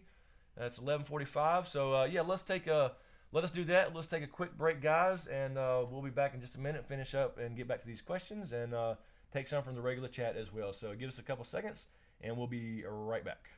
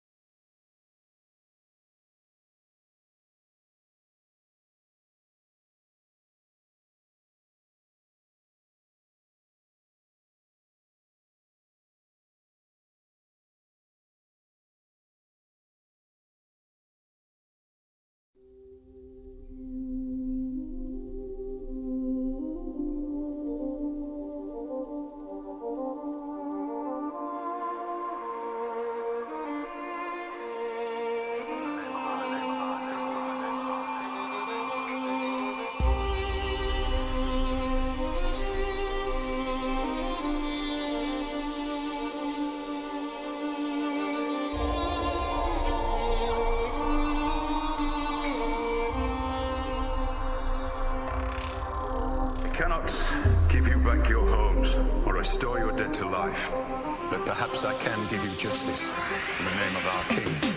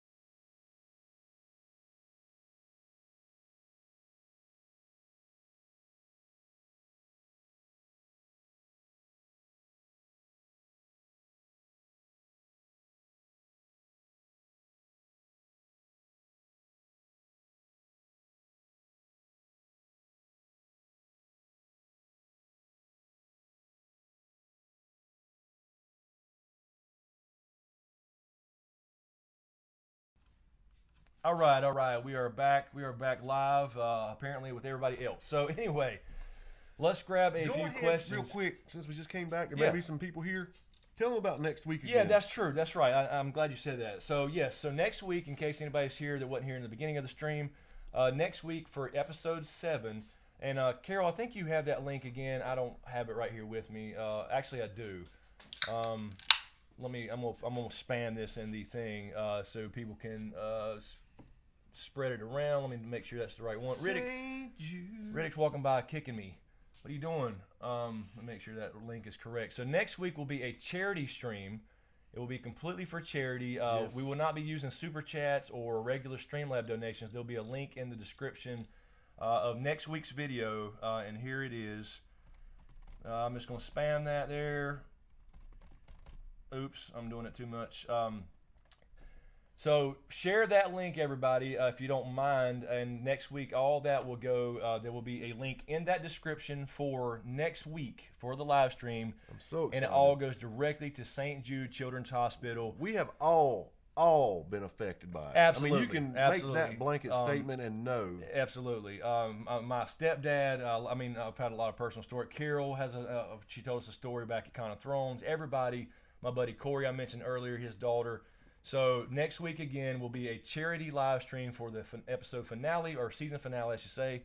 And there will be, again, do not use Super Chat. Do not use the regular Streamlabs donation. There will be a separate little widget on the screen next week with the actual goal set up through a website called Tiltify, which is connected to my Streamlabs account, which is connected to the charity. Right. So that goes directly to them. We don't touch the money. It goes to whatever is on that screen, goes to them directly, tax deductible, all that good stuff you'll see.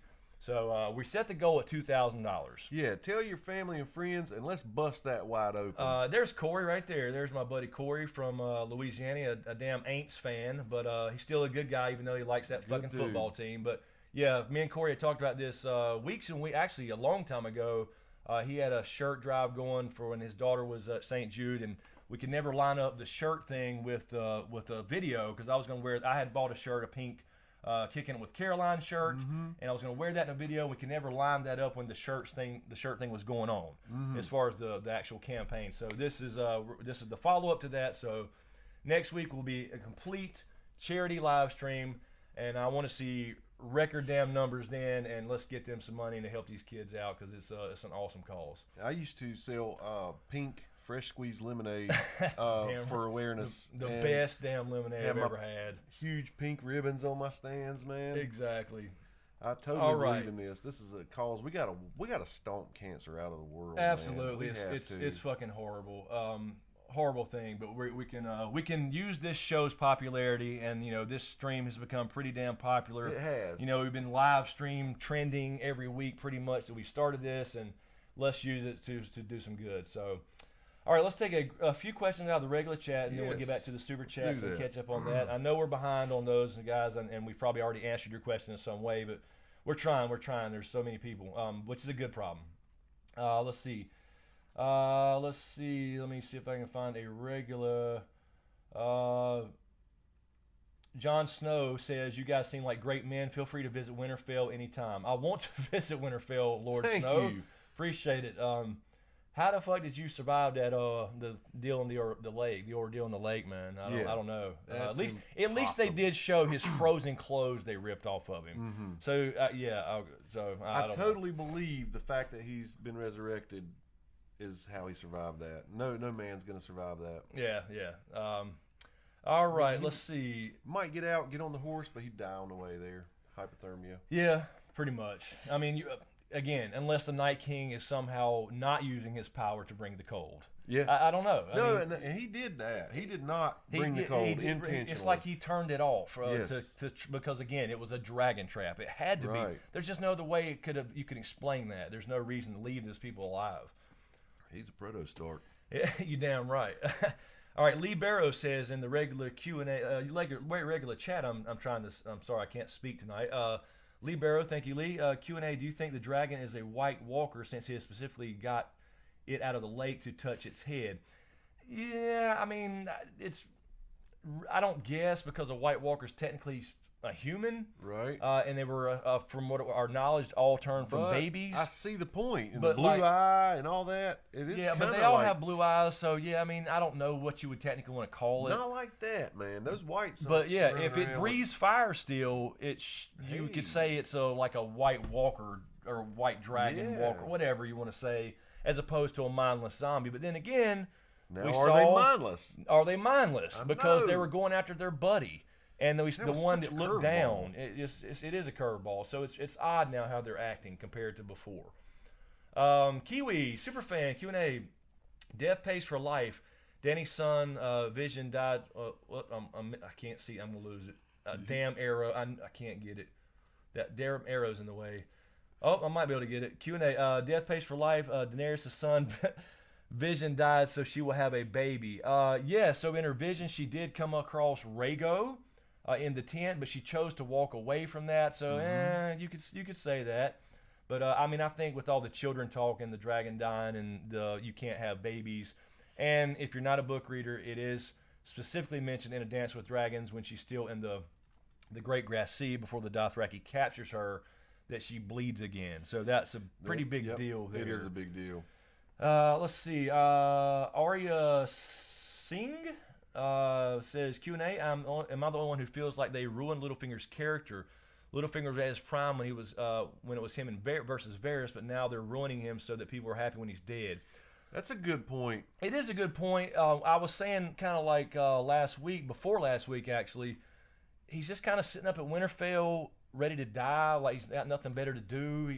But when he played the game with Arya, it showed he's still playing the game. Yes. When he planted the note for her to find. So I don't think in that sense, but yeah, since Varys and Littlefinger went away from their respective, from King's Landing, and he's with Dany now, like he's not as powerful as the Master of Whispers, and it's like he should know a lot of shit already going on. They should show him still in control of the little birds in some way. Would you assume I don't know. He's aware of what's happening with Dany and Jon and above the wall? Littlefinger, you mean? Yeah, is he in the loop, do you think?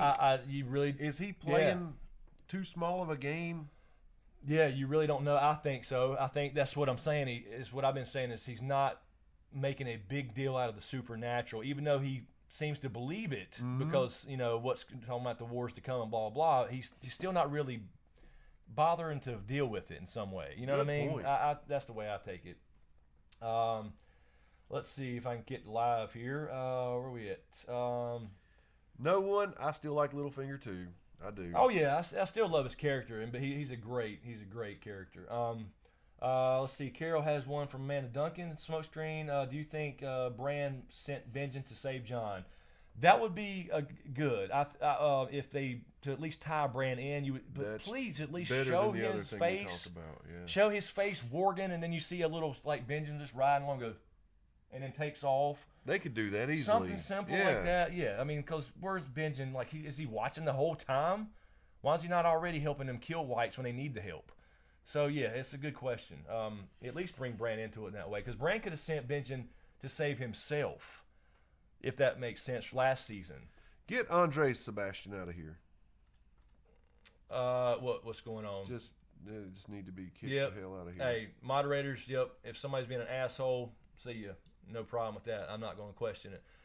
All right, let's see. Let's get back to let's find where we are with these super chats. I know we're behind here. I think we. Let me read a couple. Yeah, please do. Please do. My throat is dry. If we can find where we're at. Did we do this one? Is that where you read last? We did that one. Okay. I think you're right. Okay. This is from Greggy284. Thank you, Greggy. You think it is a sign the wall comes down because they were able to bring the white past? Oh, okay, yeah. I think we mentioned this, but yeah, I think they did fly over the wall with that white, but I think the sign of the wall coming down is the fucking dragon. Yep. He said a dragon trap. He knew it was coming. Somehow, because of his green seer sight abilities, whatever. There's no other reason that they left him alive in a circle like that and just waited him out. They knew dragons were coming. So if they're not going to use the brand mark to break the magic, you got to assume she flew over the wall to land on this side, the south side, at the castle to get Jon in there and help him and all that stuff. And then you saw the Hound carrying the white to the boat. So I think the dragon is the key. I'm a little surprised knowing we have 3 giant whites that not one of them was there to help tackle the dragons or something, you know, because I know he's trying to set a trap. It seems That's like true. The giant whites. That's would true. have been... You didn't see him this time. That's true. That's true. Next, we have Shemak 14 again. Thank you so much, Thank you, Shemak. Shemak. Says Sansa's owned to Littlefinger's bullshit. She sent Brienne away so Littlefinger can't use her against Arya. Notice her wheels turn when Littlefinger mentions Brienne. She doesn't want to use Brienne for protection. We've read this. We are reading these again. Yes. Okay, we're in the wrong place. We were just down here. Yes. Okay. Sorry about that, guys. That's all right. It was fun to read again. Yes. And thanks again anyway, Shemak. Exactly. Yes. Okay. The Cersei trap. I think this is where we're at. All right. This is Alicia Davis. Thank you so much, Alicia.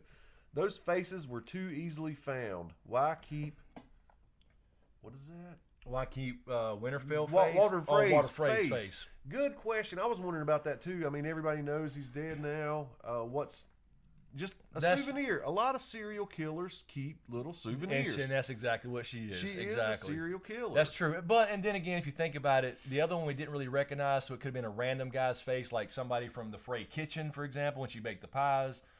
True. But if you take any old man's face up north and, you know, put a cloak on, she could still go in disguise, maybe, even if it's Walter Frey. That's another good point. So, yeah, you would definitely, I guess you would keep those in your collection. Yeah. I guess, as a fucking, like you said, serial killer. Because that's what she is. And we have Nick Winter. Thank you so much for the donation, Nick Winter. Nick. But there is no question. If you do need to get one to a moderator, feel free. Ethel B says... I think Sansa sent Brienne away so she can't save Arya. Littlefinger planted the seed.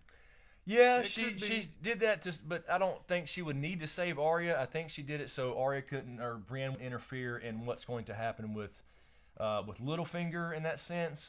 But it was, because basically if you think about it, Sansa sent away her protection. She did. So she's doing that to show Arya that she is not going to betray her house in some way. So there's some little twist coming or something. But, or they are working together like you said. Yeah, like, and right. She's just trying to keep her out of Littlefinger's clutches to get her mixed exactly. up. So maybe Littlefinger can't say, hey, Arya's going to try this. You need to go fucking do something about it or whatever. It also saves Brienne's life. It does. So, and of course it actually sets up a meeting between Brienne and Jaime. We saw the preview. They're going to the Dragon Pit for the meeting. So she's going to be there too. We have Jordan Bricky. Thank you so much, Jordan. Hey guys, Q&A. I only saw one dragon after the fight. What the fuck? Right. Also, Uncle B easily could have gotten on the horse. And why have chat with Littlefings about Brienne if she was just gonna send her off? That's true. Benjen could have gotten on the horse with Jon. Yeah, I said that too. He was like, "There's no time. Come with me," and that's what we were saying earlier on. Yeah. I think he was just ready to die. He I think was he's just fucking tired. He can't go through the wall, so he'd have to take Jon to the wall, and then he would have to stay again. So just kill me, I guess. I mean, that's the way I took it, because he plenty of time, obviously. He could have got on with him, and then he stood there and waited. Like, he didn't have to, like, even... Jon had plenty of time just to run. He had to actually wait on the whites to come to him. Yeah. So it's like there was plenty of time. He was just ready to roll. I mean, honestly, I guess. We have Nick Winter. Thank you so much, Nick. They were on that rock for like a good week easy. That's just how time goes in the show. It's not just a day. They skip time forward. That's true, but we're talking. Yeah, I mean, like I said, it may have been a couple days. I would say, but it's like they're not going to survive a week. They would have froze to death. I think no food, no. Yeah, I mean, they didn't show them what their. They had their dragon glass weapons apparently in that box. They were hauling around, maybe some food in there and stuff, but they didn't have that when they were running. Good point. So they would have been on there they'd have been dead. So I'm guessing it was probably about 48 like hours. You said. I believe that's good. I could buy that, but yeah, it was definitely more time than just like a couple hours for sure. Then we got Nerd Factor. Yep. Thank you, Nerd Factor. I am Legion. Yeah, I am Legion is all it says. Wait a minute. There's a movie. There's a Legion movie. What was that? That was that was Angels or something. That's what I started thinking about when you said that. Yeah, I'm Legion. I think that's from the Bible. I believe. I really do. Inokieva. I always get this one. Inokieva. I think that's right. I think it is. Inokieva.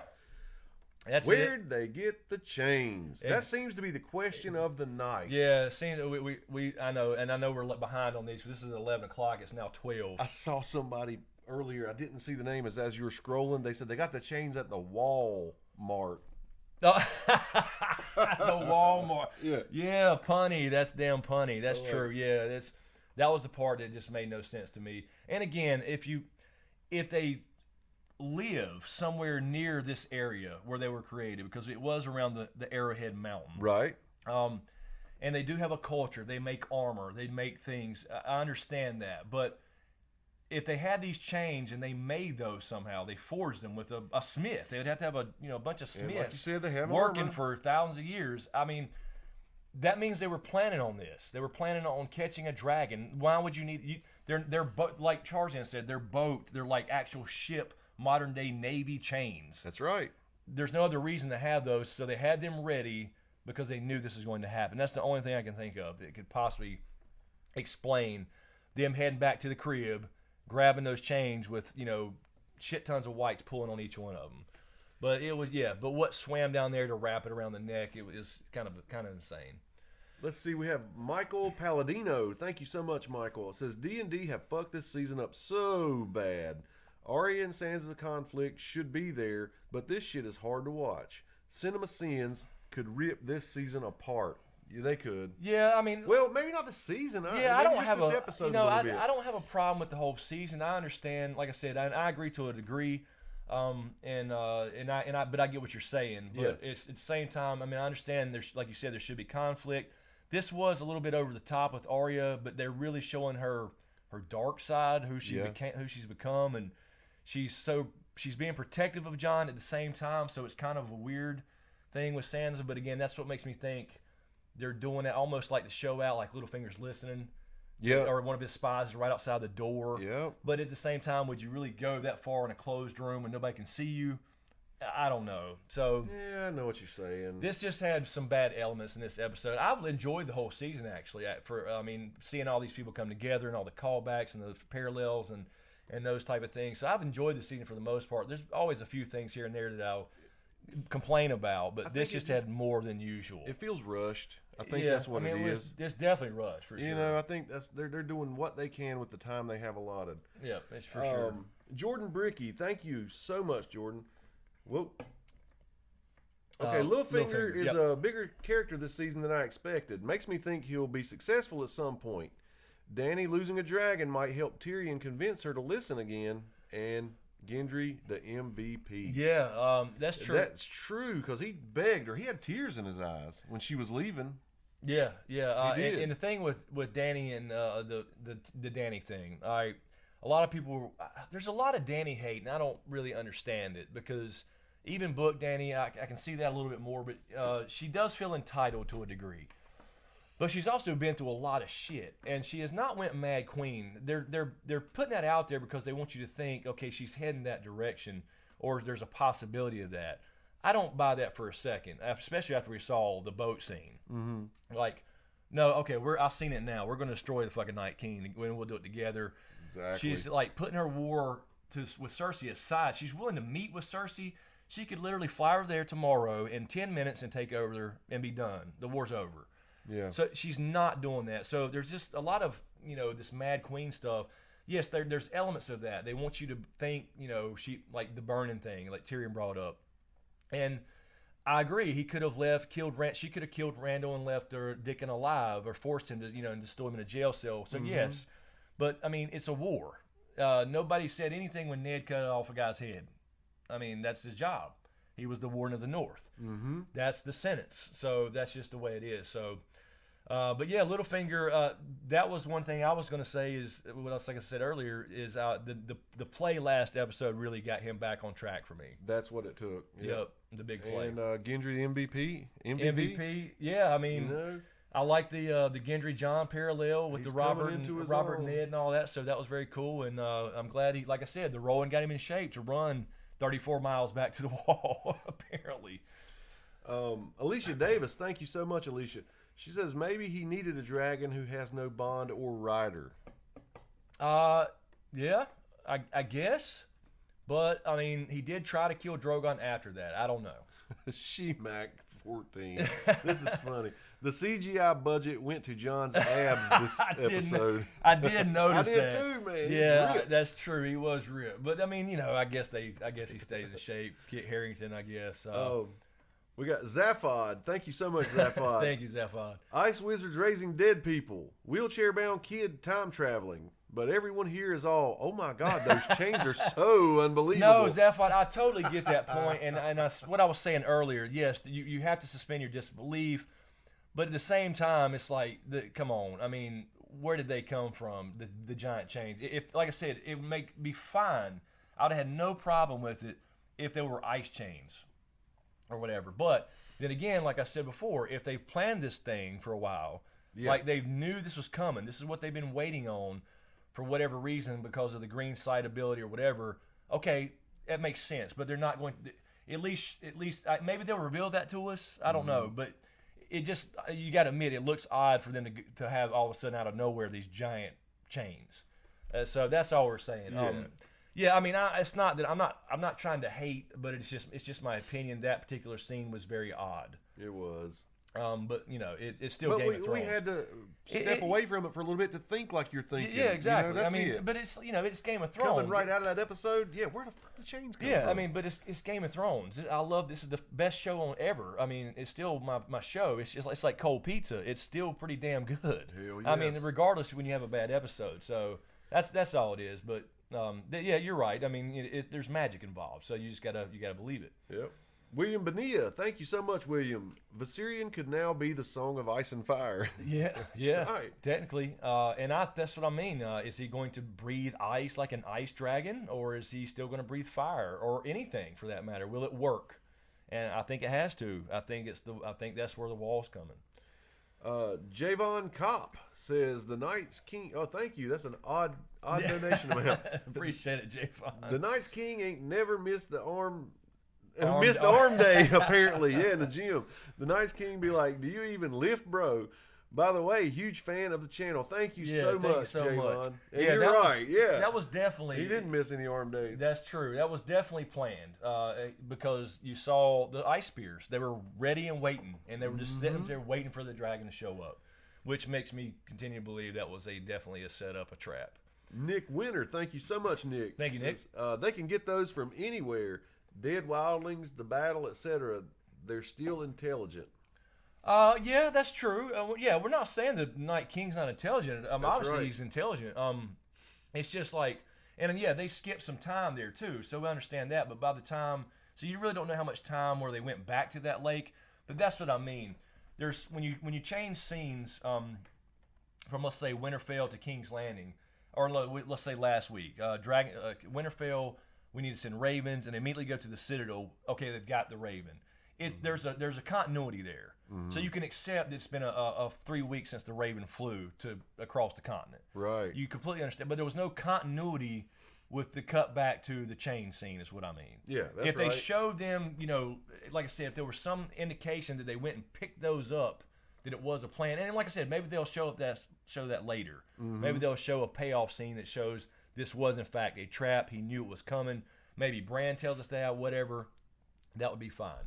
But at that moment, the continuity didn't seem right. Like somebody said before, it's almost like you missed a scene.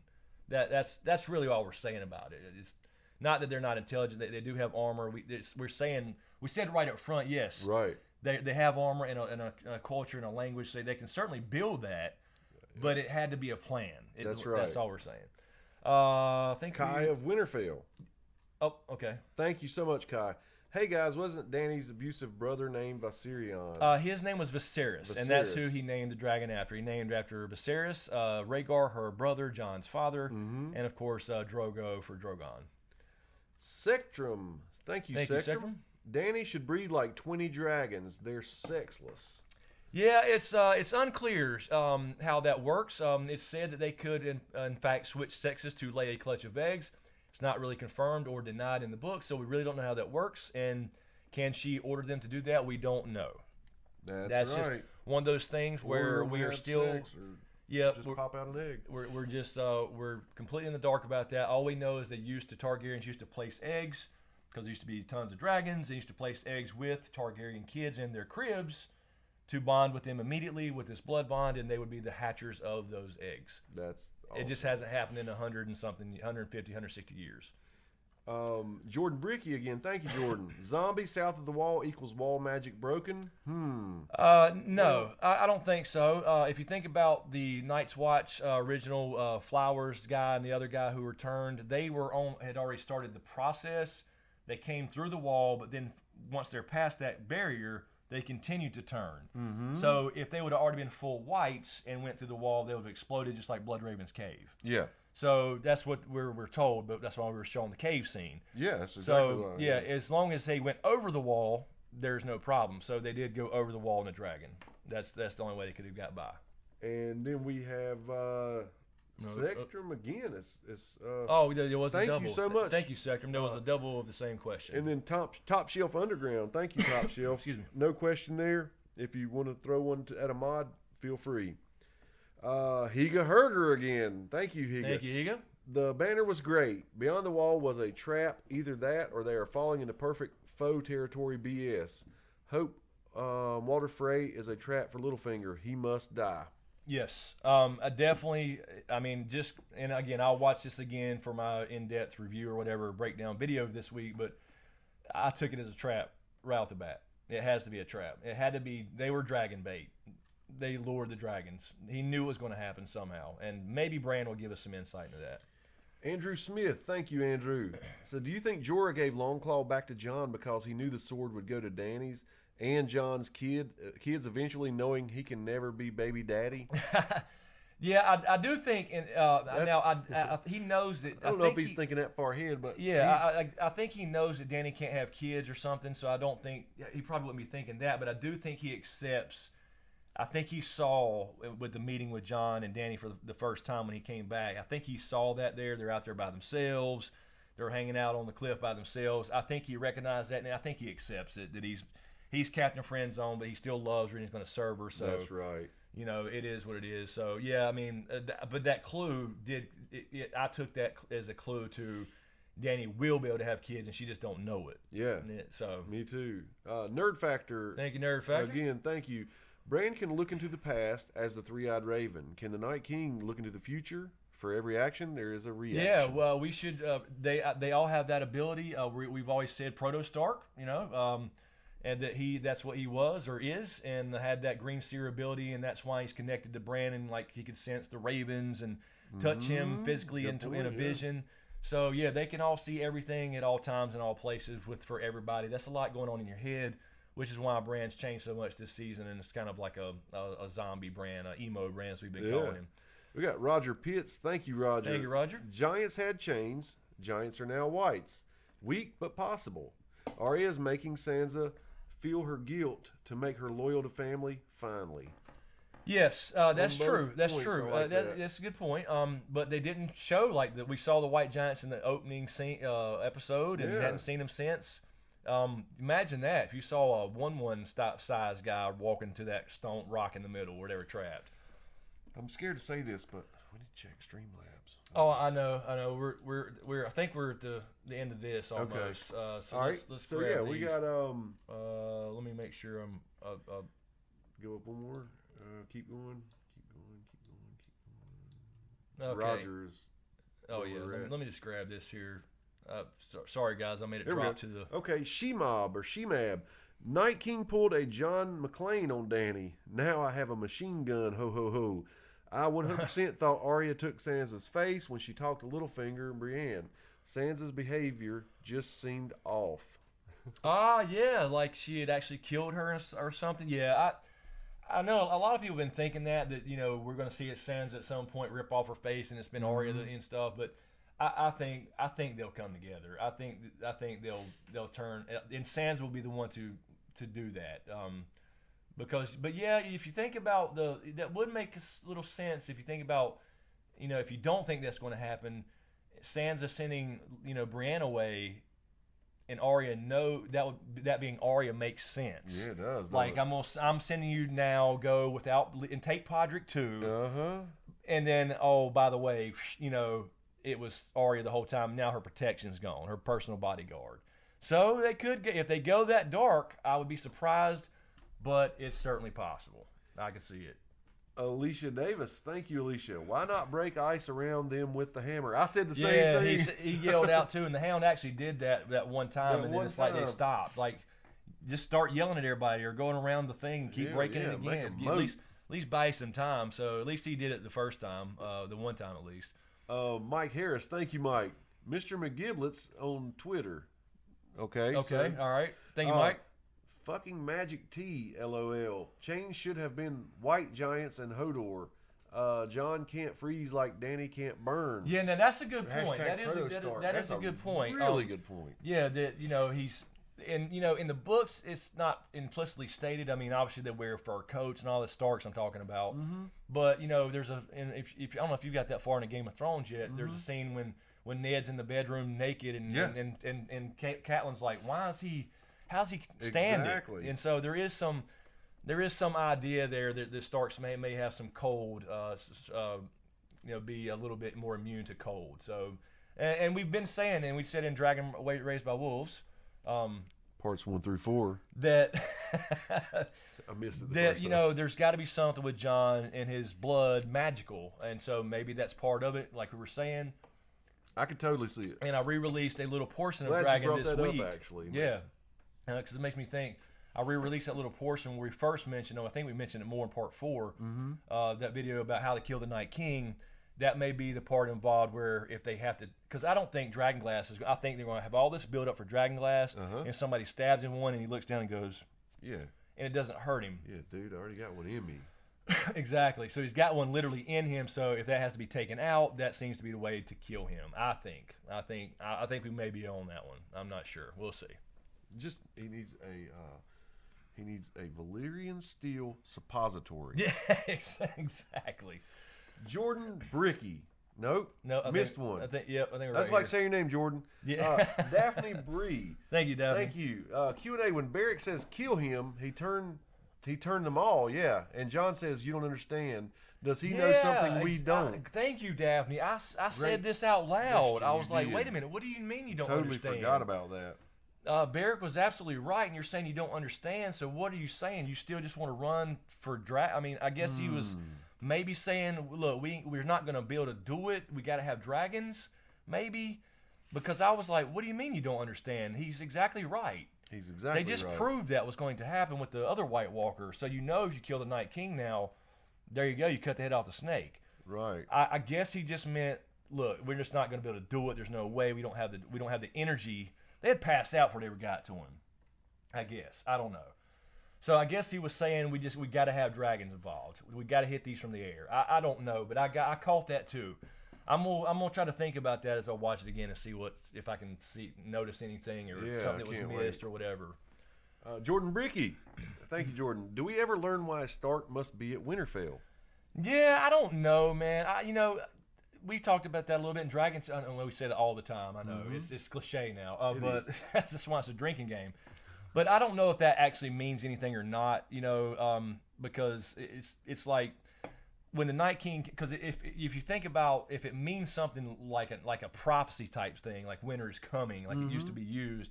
That's what I think. They were already active when there were still Starks happily in Winterfell for thousands of years. Right. So they're already active in building up their army or whatever. So it's not like Robb left and Bran wasn't there and then they started to come back.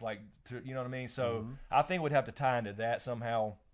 So I don't know if we'll ever actually learn what that means in a definitive way. It'll kind of be left up to us, I would think. So the books may be different. I don't know. Patrick Glanville, thank you. Why are you upset about the Lost Dragon? I think you predicted it. Also, Night's King is smart, thus chains. Yeah, no, I did predict it. Absolutely, yep. I've said it's going to be. It's not going to be clean. It's not going to be a perfectly symmetrical hero story where the good guys win and nobody dies. That's just. But when you see it, it just makes me sad. It made me sad. It made me sad. It pulls at your heartstrings, man. And you feel Danny's pain. You feel, yelping. You hear Drogon screaming. Jon gets pissed off. I mean, they made that. That's there for a reason. They're tugging at your heartstrings. So yeah, I mean, and I completely expected it to happen in some way, shape, or form. But when you see it, it's still hell yeah, still supposed to be emotional. Where are the Dork Knight? Thank you, Dork Knight. I do not like the direction that this episode propelled the show. Maybe the Night King is a Targaryen. How else does he ride a dragon? Yeah, I don't know. He has the balls to try it regardless. I did have an old video about perhaps that the last hero or Azor Ahai was perhaps some proto-Valyrian, because that was the first men are much older than Valyrians, but, now that he's a white dragon, or whatever you want to call it, ice dragon, white dragon, I don't really think it matters because there's no blood involved anymore. He's dead. Mm-hmm. So you don't have the Valyrian blood or dragon blood technically. So I don't know how to explain that. So I still think the Night King has to be connected only to the Stark side of Jon. Yeah, and this was the first episode, Dork Knight, that I kind of was let down with all the things they added to the powers of the Night King, the powers of the Whites. I didn't like the direction they're taking it either, but I just hope they explain it better. Yeah, right. I mean, I don't have a problem with the Night King being a badass. I want him to be a badass. He's got to be for whatever. But it's like javelin, 100 miles an hour, ice javelin. It looks cheesy. It's almost like somebody tweeted, and I guess it was referring to this episode since it leaked and everything. But an ice bow and arrow or crossbow or something would have just seemed better. Well, I mean, just that the Night King seemed to be OP, overpowered. Like if he's like we said this in Dragon, we were talking about the symmetry thing, and and again, it doesn't have to be perfectly symmetrical, but if he's taken a fire element, a dragon, then he's way overpowered, which I guess he should be. I don't know. So it just seems to be off balance a little bit, but it does show you they're vulnerable. So, but yeah, it was expected, but again, it's just heartbreaking. What's Kyle Kyle Skoglund? Thank you. I think Danny noticed something weird when she touched Jon. You can see her expression change a little. What do you think?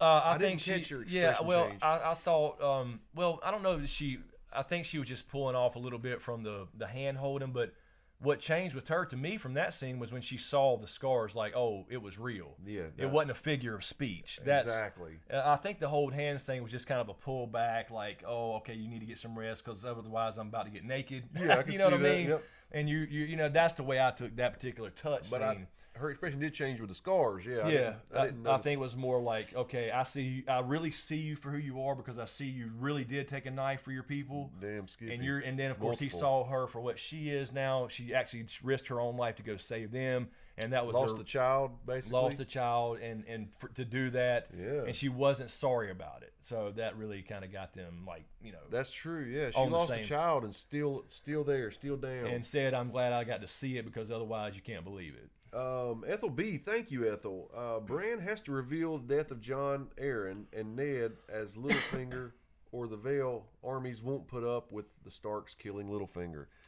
Okay, I said, Bran has to reveal the death of Jon Arryn and Ned as Littlefinger, or the Vale armies won't put up with Starks killing Littlefinger. Yeah, that's true. That is true, Ethel. Yeah. That's a good point. So, yeah, they can't just kill Littlefinger and the Vale army and be like, okay, what the hell? That's true. Because he's kind of in there for Robin.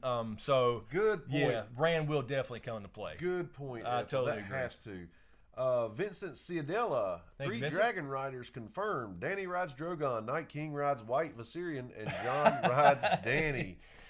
Yeah, I think write it down. Exactly. It's good. He's going to take a ride on the proverbial dragon. Absolutely. Tyrion. Thank you so much, Ethereum. At this point, I'm convinced the show is intentionally throwing the fight. I mean, staying out of Germ's way. You guys are great. Hashtag Protostart. Bring Ethereum, everybody. But so, what do you think about that? Yeah, I mean, I don't know. I don't know about intention. I mean, everybody's, I understand Dan and Dave have been doing this for over a decade, but I don't think they're going. I still think it's the reason they're putting off the spinoff. They do want to focus on making this right for season 8, making it end well and hope so, come off right on TV and all that stuff. And again, the whole plan was the books to be out before the show and always stay ahead of them. That was George R. R. Martin's fault. That's true. So it's not Dan and Dave's fault. They're still getting, they know what's going to happen and how it's going to end, what his goal is, but they have to now put that down visually before they get a Dream of Spring. Yeah. So we're seeing Winds of Winter stuff now, and it is he basically has the book done. He's had most of it done for a long time. So that's what we're seeing. People just don't realize it. Would it be a dick move on your on his part if he waited this long and then complained about what they put out? Oh yeah. I mean, he said I think that there's some things he don't like, but he understands. He's not like mad at it or something. Yeah, because he understands. He needs to damn drop a book. Yeah, he understands. Blackest of Blacks, thank you. Do you think they will stop at Winterfell before going back to Dragonstone, or skip it like when they went straight to Winterfell? If you mean Jon and Dany on the boat, I think they'll probably because we know they're going to bring armies. We saw that in the preview. Stop there, but I think they're going to go straight back there. Yeah, I think they'll go straight back there because they had this meeting and go. You'll just see them show up at King's Landing. We may not even see them stop at Dragonstone. Well, I guess we'll see them coming up in boats or something. We do see a shot with them on the boat. So yeah, I don't think they'll stop at Winterfell. I don't think we'll see Dany at Winterfell until next year. Okay, that makes sense. I mean, I'm just guessing. I don't think they have time for this last episode to stop by there and have a conversation. Maybe they will, but Jon has already basically told Sansa what he was going to do, go north of the wall, and that's why the Northern Lords are mad, because he was still wanting to go do that to prove to Cersei and reach out to her. John Kerry, thank you, John. Did I hear correct that next week's episode is longer? I believe it is. I believe it is. I don't know the exact time. If somebody has that, they can type it in the chat. But I think it is a little bit longer. I don't know the exact minutes. I don't remember. Understanding that, guys, the St. Jude's thing is next week, so we may be starting a little later. Yeah, it may push us back 5 or 10 or whatever. But it's on. Yeah, I don't think it's like that much longer, but it's getting close to movie length. I should not say not today's movie length. Not today's. Back in our day. Back in our day, a movie length. So yeah, I think it is actually a little longer. Shemak 14, thank you. Gendry was doing a 10-minute mile roughly. Short days up north. About 4 hours run time. That's about 24 miles. Just shy of a marathon. Greek mythology. Oh, very cool. That is neat. Yeah, and so and they did make it to a point in the show that it was getting dark on the little island in the middle of the lake. Yes. And then it was dark when Gendry got to the wall. So they made sure to show that. That's true. To let you know that it was not just like a couple minutes or 10, 15 minutes. JC Radimus, thank you. I noticed this in the second episode of season 7. In the intro, there was a shot of the sun over the map, but not in this intro. Any thoughts why? I did not notice the intro. We kind of skipped that. We were a little behind.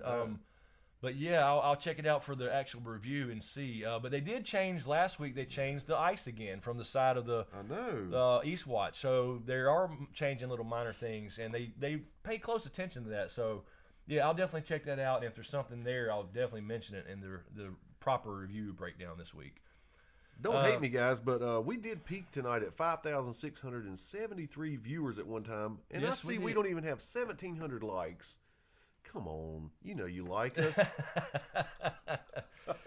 Yeah, we did 5,673. That's a new record. A new record. And next week, I damn sure want to break every record because it is a charity stream. Get everybody on board. And let me go ahead and say that again real quick. Is if for anybody that's popping in that wasn't here for the last couple hours, next week is a charity stream. We're going to use the power of this awesome ass show for the finale. For St. Jude Children's Hospital. Again, I will post this link. And we will go all night. I will post this link here. This is the link to next week's live stream. And that will be the link. If everybody wants to share that, that would be great. And that's where, now next week, there will be a link in that video description. Actually, it's already there. Technically, you could go ahead and donate if you choose to do that. I'm not going to tell you not to. But next week, during the live stream, no super chats. If you use super chat, it comes to me. I don't want it to come to me. If you use regular Streamlabs, it comes to me. But the link in the description that says donate to St. Jude will go straight to them. And again, I will have a widget and everything on screen, so you'll be able to see that. You'll be able to see the goal is set at $2,000. I'd love to hit that, but you'll be able to see the progress to that too, guys. And anything through that link in that video description for the season 7 finale stream will go directly to St. Jude's and all of it. So I don't want any super chat coming to me. I don't want any use the money for questions, because you can comment when you donate, and we'll be glad to shout you out. We can't promise we can get to all those questions, but feel free to do that, and we'll pull questions also from the regular the chat box. So next week, use that link in the description that says donate to St. Jude's. Yes. So no super chats next week and no Streamlabs. Can't wait. Let's see. I think we're right here. Getting close to that time. Yeah, I think. Okay, so yeah, let's do that. I think. Let me double check Streamlabs. Somehow I'm logged out. I know we got some stuff to catch up there. I'm sure too. And I don't know why this has not been connected. Gremlins. Always some damn gremlins. Let's see here, and we got a couple. And we do see there's more super chats to catch up on too. We're almost to the end of that the super chat, so we're trying to catch up here. Where is my? There we go. I'm on the wrong page. Wow. Let's see. Let me check the dates where this starts. Right. Whoop, there you go. Okay. So yep, this is where we're. So all right. So what we'll do is yeah, where are we going? We are at 2 hours now. 2 hours. 2 hours and 6 minutes. Okay. So we'll take another quick stretcher, and then we'll come back and catch up and finish the rest of the super chats, and then hop over here to Streamlabs and catch up on these. Not as many there, so we can catch up on that fairly quickly. When we come back, he'll have his hat off. No, I won't. Don't. What are you telling people that for? 100K, we'll do that. So, all right, give us a second, guys, and we'll be right back.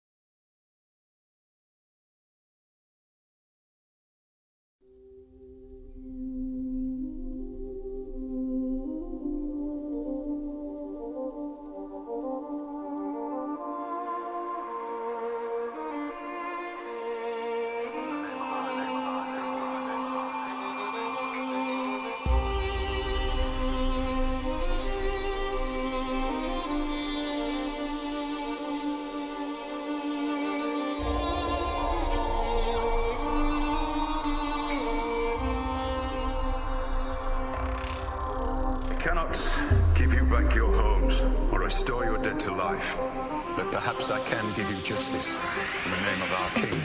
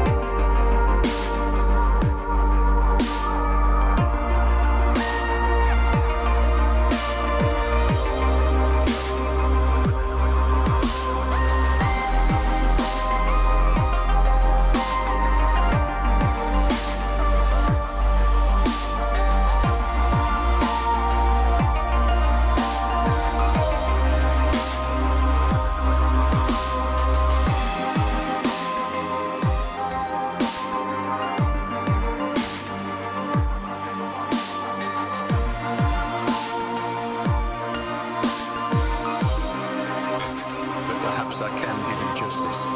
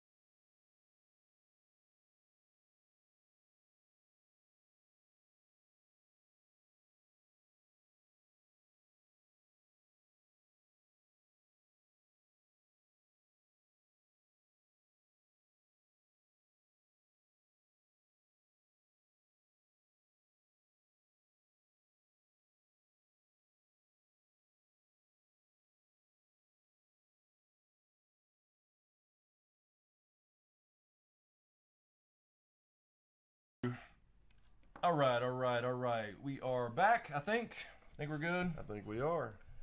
All right, let's see where we're at. We had a few super chats left and then some Streamlabs. And I think we were actually, yeah, we got just a handful of these left.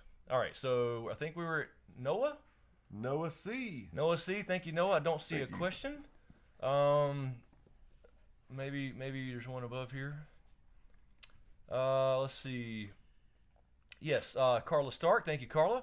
Hey guys, just got in from out of town. Want to stop in and say hello and check with my favorite guys. Great episode and good night to all. Oh, thank you, Carla. Appreciate that. Thanks for stopping by. I hope you are still here to hear us read this question. That was an hour ago. Doc Holliday, thank you, Doc. Thank you, sir. HBO is blowing it. This series should be 10 seasons. Now they are cramming the plot holes and bad writing are starting to show. It would be a shame if the series legacy is remembered for this. Yeah, I mean they're definitely moving at a breakneck pace, but yes, I mean again, I think this season's been fairly good actually. So I'm gonna keep my hopes up for next season or next episode. But yeah, I mean there was definitely some bad stuff in this episode for sure. That it's just kind of just out there a little bit. Colin, thank you, Colin Gallant. Will there be any maybe any signed giveaways for the charity? Also, you guys are amazing for doing this. Thank you. I could do that. I could throw something there for giveaway. I think Amanda, one of my moderators, I think she had a gift card or something, so we could give away that as well, or I could sign whatever. I'll be glad to do that. Yes. I don't know what I have, I guess, but I could give it away to somebody that randomly donates, maybe. So yeah, we'll look into something like that, Colin. John Kerrigan, thank you, John.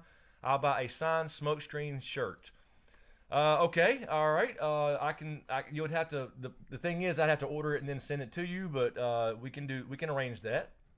Dragon 5616, thank you, Dragon. What beats a sun drop waking up and seeing Danny? That would be fine. Absolutely. That would be absolutely fine. Let's see, where are we at? I've lost my place again. All right. Christian, thank you, Christian. Thank you. Velasquez, thank you.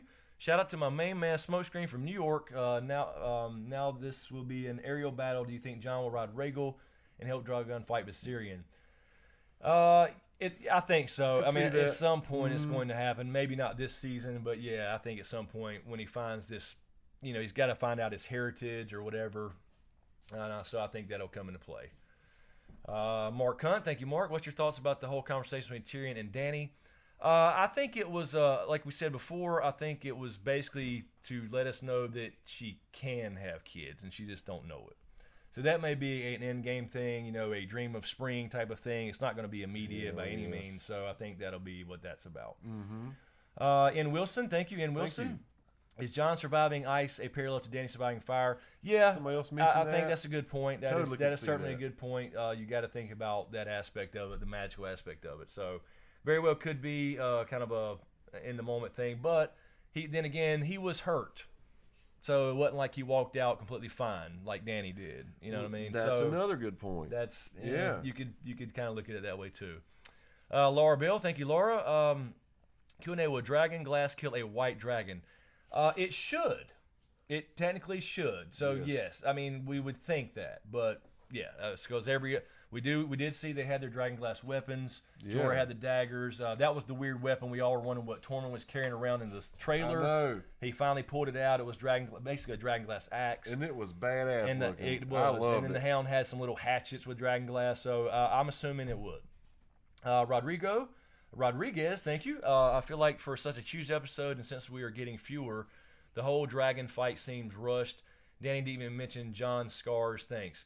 Yeah, I mean, I did enjoy the dragons burning shit up, but it just wasn't a lot of it. But again, it's like we talked about before. I think we're going to see many of these little skirmishes versus a giant end-all war. I mean, there will be a final battle that does something, whether it's killing the Night King or a pact or whatever it may be. But I think we'll see more of that, on small scales, because they're still keeping the Cersei thing in there as well as far as the political. And at the meeting, because you see the preview, I'm assuming everyone watched the preview, the Dragon Pit meeting that we got it in filming news. I cannot wait to see that. Yeah, Cersei's awesome. Whether it's this season or not, Cersei's going, she talked about it. She basically told us last week what she's going to do. We need to fight them like father would. And she's saying red wedding style is what she's saying. Kelly Zahar, thank you, Kelly. Hey guys, going to miss you so much. I don't want to know what I do on my Sunday nights. This episode was a hot mess. 11 hours saves, impossible time jumps, 4 out of 10. Yeah, I mean that's fair. There's good and bad episodes, and like I said, this is to me was one of the bad ones for the season. But I mean, I enjoyed the episode in all, but just those pieces we mentioned were bothersome. Well, so we actually haven't said we're going to give up Sunday nights, have we? No, we've never said that at all. That's right. Never said that we have to. Don't start feeling down yet. Yeah, we don't. I mean, we don't have to have an actual episode to do live streams and hang out. So Lord no. Pizza Fox, thank you. Why do they always seem to make Tyrion look wrong all the time when he's supposed to be one of the smartest dudes in the world, especially in the books? Yeah, I don't think he does look wrong. I think they did. I think they are trying. They did show him flawed, like his battle experience. He didn't foresee the Euron piece, and Jaime outsmarted him with the. They did show that, but that's to show that he's not, superhuman or whatever. I think it's Dany more scolding him all the time that makes people think he's doing bad. She keeps putting him in check a lot. Yeah. It's a balancing act. He's trying to say don't be impulsive and burn people, make people think you're your father, and she's trying to win the war, but at the same time, now she's dealing with this whole white thing that now she's on board with apparently. So yeah, I mean, it's and the way we talked about earlier about her, making the comment about Jon being little, and then making sure she didn't hurt Tyrion's feelings. It's a motherly relationship. Yeah, definitely. How you scold your kid and then I don't want to scold you too bad. Right. Yeah. Like, break you down, but then lift you back up. Yeah. Because I don't want you to be I don't. He was because she started out with like, "You're not a hero." And he's like, "Well, I did do this one thing at the Blackwater one time." Didn't he? And she's like, "No, they do all stupid shit. You're smart. You're doing the smart thing. I understand you're brave. That's different from being a hero." So she did bring him back up. Yeah. And he understood what she was saying. And they're also setting him up to do something really cool and smart. I'm sure. Absolutely. Yvonne Hawkins, thank you, Yvonne. I hope Arya and Sansa are scheming and plotting. Imp nod, because Arya's totally wigging out my shit out. Maybe Bran's feeding the intel. Can't fathom him not taking 5 seconds to call Littlefinger out. Yeah. Bran's got to come into it for sure, and I do think the way she sent Brienne off makes me think they're playing. Yep. With Littlefinger. Carol Brown. Thank you. Carol. Carol. Maester Smoke and King Tie-Dye banter of the night, the Hound and Tormund about Brienne. Absolutely. I want to make babies with her.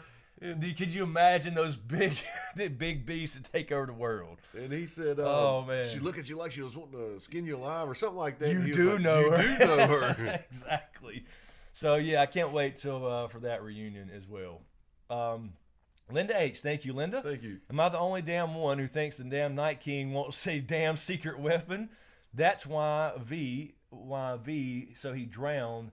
They left, not thought him dead. Okay, yeah, I do agree that this was a trap to get a dragon, if that's what you're saying. I'm not sure what you're saying. That's why V, so he drowned. So they left him. I guess you're saying John drowned. Oh, or no, the dragon. The dragon. Viserion. Yes, that's why Viserion. So he drowned. They left. Thought he was dead. Well, they showed his eye going out though. They showed his eye go turn dark before he slid into the lake. Yeah. So he died. And then he brought him back. Because that's his power, the whole necromancy thing. Like the blue contact in there. Yeah, exactly. Colin Gallant, thank you, Colin. I was kind of hoping Thoros would get turned on, or Tormund would get turned on when he seen that She-Bear attacking that red shirt. Yeah. I mean, I think that's a little Tormund tale just to be bragging and shit. But a lot of people think that bear, that he apparently screwed was a Mormont. So there's some theories out there about who the Mormont kids actually are. I'll be damned. Which would be Mage Mormont from the books, and she was actually in the show as well, but she kind of disappeared. I think she died off screen. Tony, 95, I believe. Thank you, Tony. Is Gendry faster than Forrest Gump? Also, the Night King knew they were coming from Bran's raven he sent from the previous. That is true. That's a good point. Yeah, because he didn't have a beard when he got there. That's right. That is true. He's seen the ravens. Obviously, he sensed that was Bran. So that could have cued him into something's about to happen. So let's set this up. Let's go make these giant chains. Maybe they can explain that a little bit better. But yeah, I can see that too. Yep. Are you reading? Or am I reading? That's fine. Kai of Winterfell, thank you so much. Thank you, Kai. Why did Arya give Sansa the dagger? Do you think she may be the one to kill Littlefinger after all? I'm kind of thinking that.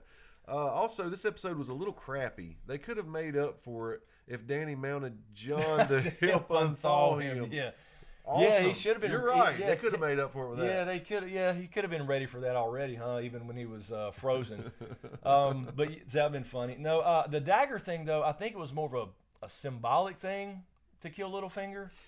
So I still don't see Sansa being the one to actually stab somebody or slice their throat. See, that's why I think it works.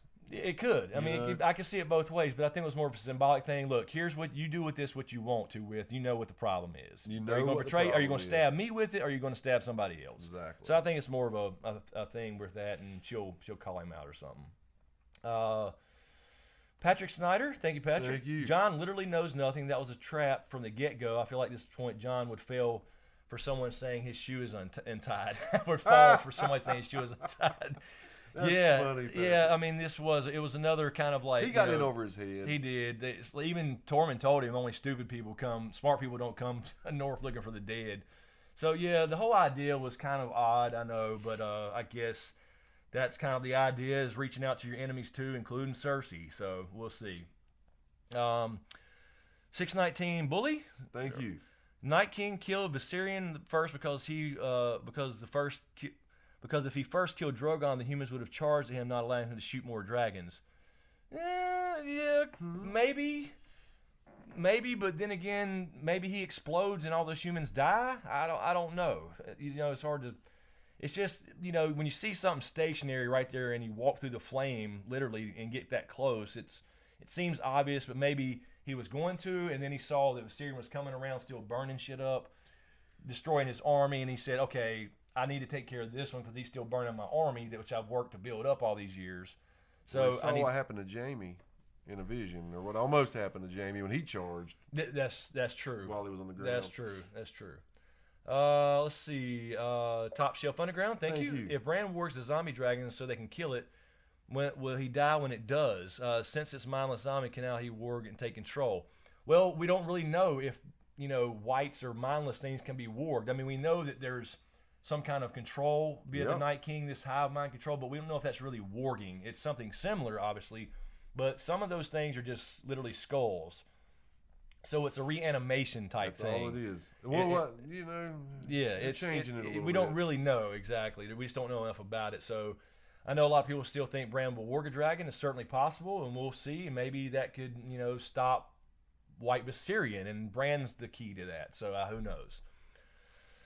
Doc Holiday, thank you, Doc. Please, James, tell me you're taking next Monday off. It's funny when Chris was giving the spiel about what's happening next week. I was thinking I need to take next Monday off. Yeah, just in case it's could be a little could be bit a long longer. night. Yeah, because we want to do as much as we can for them. So yeah, well, that's a thought. C-Mob, thank you, C-Mob. Thank you. Would the Northern Lord accept Dany as queen if, when Jon brings her as his bride, could say it's political alliance, but it's actually for love too?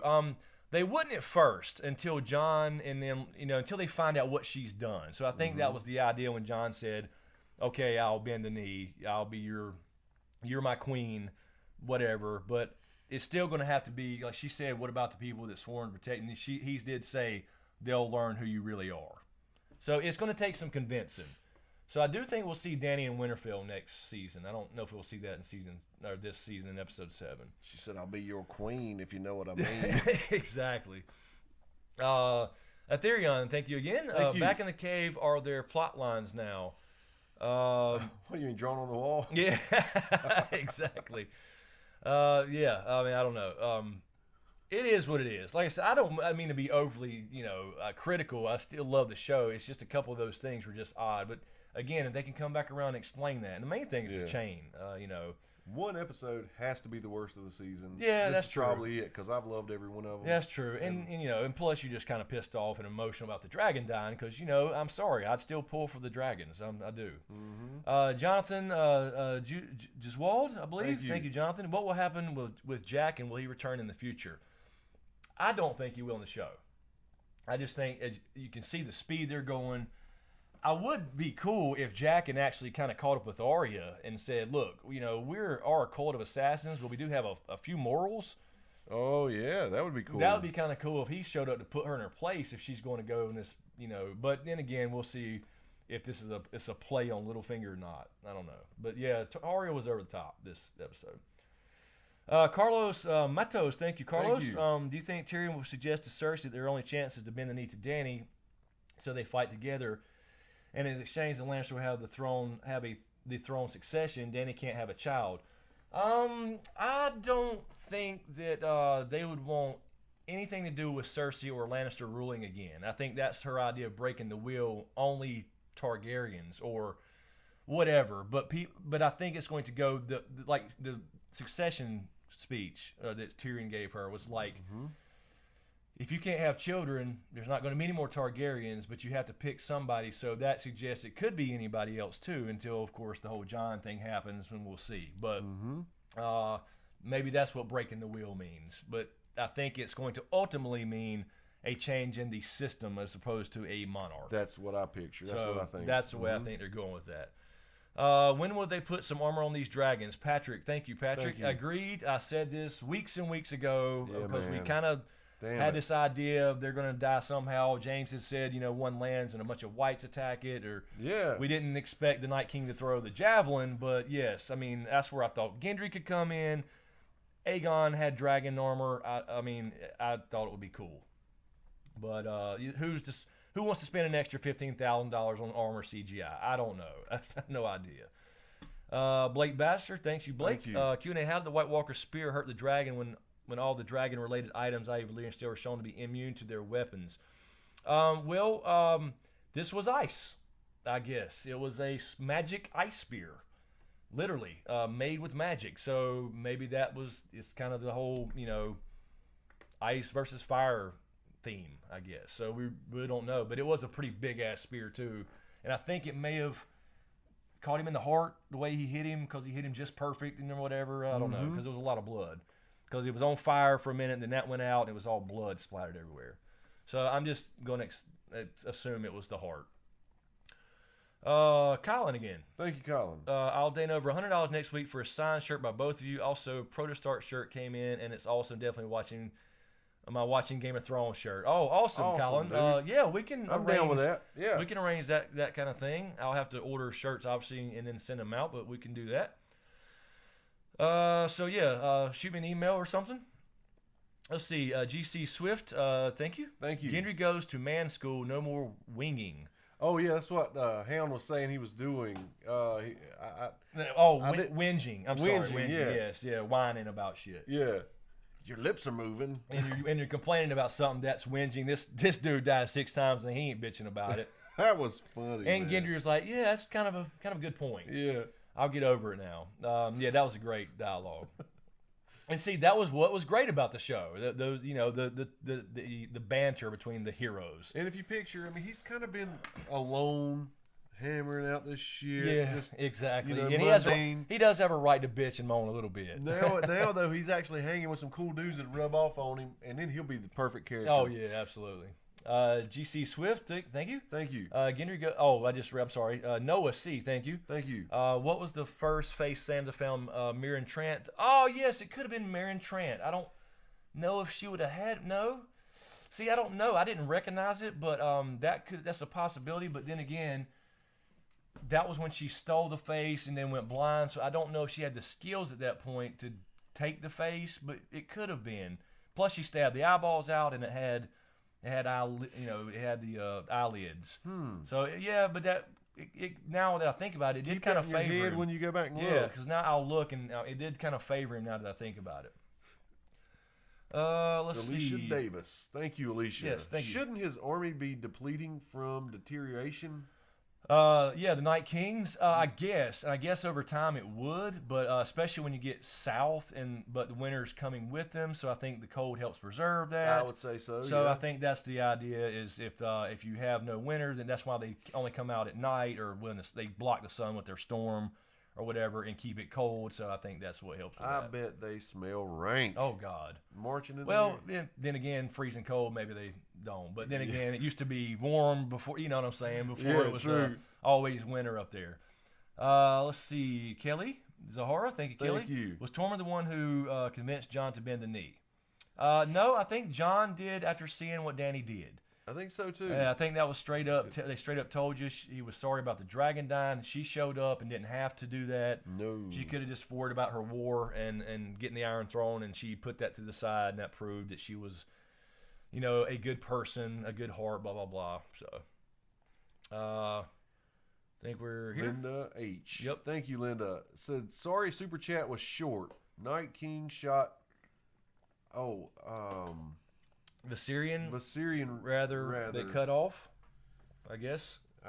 Yeah. Yeah, so Linda, you had, I guess it got cut off. Oh, no, it finishes down here. I'm sorry. So, okay. So another one from Linda. So Night King shot Viserion rather than Drogon because he wanted all thinking Viserion was dead after. Okay. Yeah. Yeah. Sure. I don't know. I still say, the only way I can justify it is that Viserion was still the one burning shit up when Drogon was rescuing I don't know. I almost can't justify it. I don't know, but they were burning a lot of shit up, and you did see him die. You saw the eye go out or turn dark or whatever. So I don't know. It's hard to say why he would step towards Drogon. I think he did make that decision at the last minute though, because he did walk through the fire towards Drogon and was looking at them, but then he looked up as he came around with another fire shot or something. I don't know. Top Shelf Underground, thank you. Q&A, Thank how do you you. guys think Danny will and the two surviving dragons will react to their zombie sibling? Yeah, that's going to be... It's gonna break Danny's heart. Yes, absolutely. That's going to be tough, and we'll see. I mean, I don't know if they'll... I think we'll see that next week because the wall... I'm still saying that's going to be the cliffhanger thing or them coming into Westeros. So I guess Danny won't see him until next season. Lady Lexara, thank you. Thank you. FYI, someone said Night King got changed from Hardhome. Plausible. It is plausible, I suppose. Hardhome was kind of a poor old fishing village, but changed that big? I don't know. But yeah, it's plausible and it's not that far away. So yeah, that's certainly possible, I guess. I'm surprised nobody said Euron. Yeah, exactly. Yeah, so that's true. That could happen. Linda H, thank you. Everyone left would make a White Dragon's secret weapon. So he was waiting, you're saying, for everybody to leave so they wouldn't know it's coming. Yeah, because they didn't think about, burning his body because he was the bottom of the lake. So, yeah, that's a good point. It will be a shocker when they see that. That's true. That is true, that he is back from the dead. Also, Colin, again, thank you, Colin. To help stock the fridge with Sundrop for next week, I'll email Dustin on the throne. Sadly, I have to go. Good night and sub and like you guys. These are two hands down the best on YouTube. Thank you so much, Colin. Appreciate that. And I will definitely check my email tomorrow. Have a good night. Also, really quick, GC Swift. We're going to hop over to Streamlabs in just a minute to catch up with those. GC Swift, the last one of Super Chat here. Tormund, the South smells like shit. John, you've never been to the South. Tormund, I've been to Winterfell. Funny, it was. Man. That was great. That. And he's like, no, that's the damn North. Yeah, but yeah. So yeah, this was the great part of the episode was the banner between the Magnificent Seven here. Yes. Which was actually started at 10 and then went to 13. Another little thing they missed there. Yeah, like 3 dudes in the back shitting in the woods. Exactly. Had to catch up. So yeah, maybe that's what it was. That could have been it. All right. Let's see. All right, we are here at Streamlabs. Sorry guys, I know we're way behind on questions, and this was back at 10:30. Alex Gage says, and thank you, Alex. Hey guys, mostly enjoyed the episode. Only was too Hollywood for me with too many conveniences. Also, is the dragon a White Walker or a White? Yeah, somebody brought that up earlier. Right. Yeah, I don't really.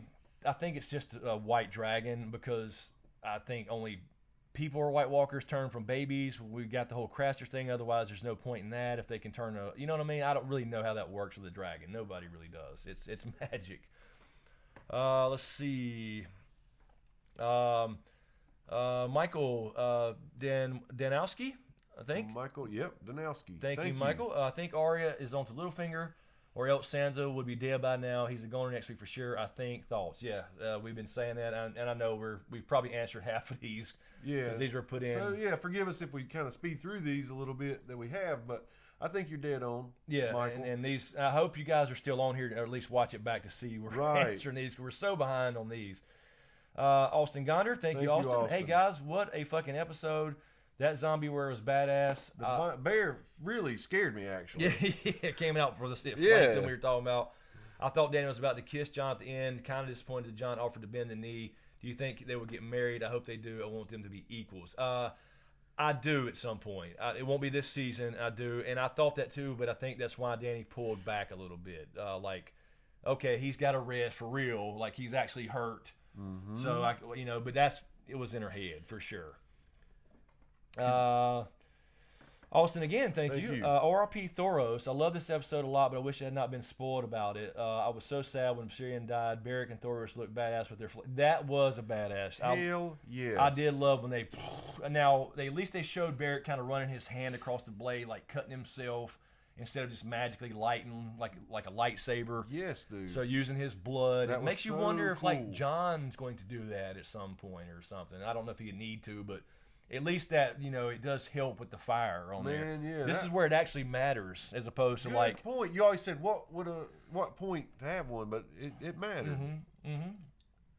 That's true. Well, but it didn't use it to keep warm. But it did exactly. But it didn't matter with the bear. Like the bear stood there on fire for 15 minutes. That pissed me off. Like why was the bear? Like that part of the bear should have been disabled instantly or something. I don't know. Squeaky Curves, thank you, Squeaky. Why did Jon keep fighting when everyone was on board, Drogon, and ready to leave? Okay, the way I took this was he saw that dragon die. he had this bond a little bit, and he knew Dany risked everything to come up there, and he was going to charge the Night King and make sure they got away. He was ready to go kill him or try, kind of like what Beric was telling him earlier. Yeah. But then, of course, he saw them grabbing another spear, and he was trying to, like, go now. I ain't got time, go. And he was still smacking whites coming towards him. Right. So I think he was ready to charge the Night King. He was going towards him. I think you're right. Based Maybe on going to that risk conversation it. Yeah, earlier. based off the conversation that Beric said. Good point. So that's the way I took that.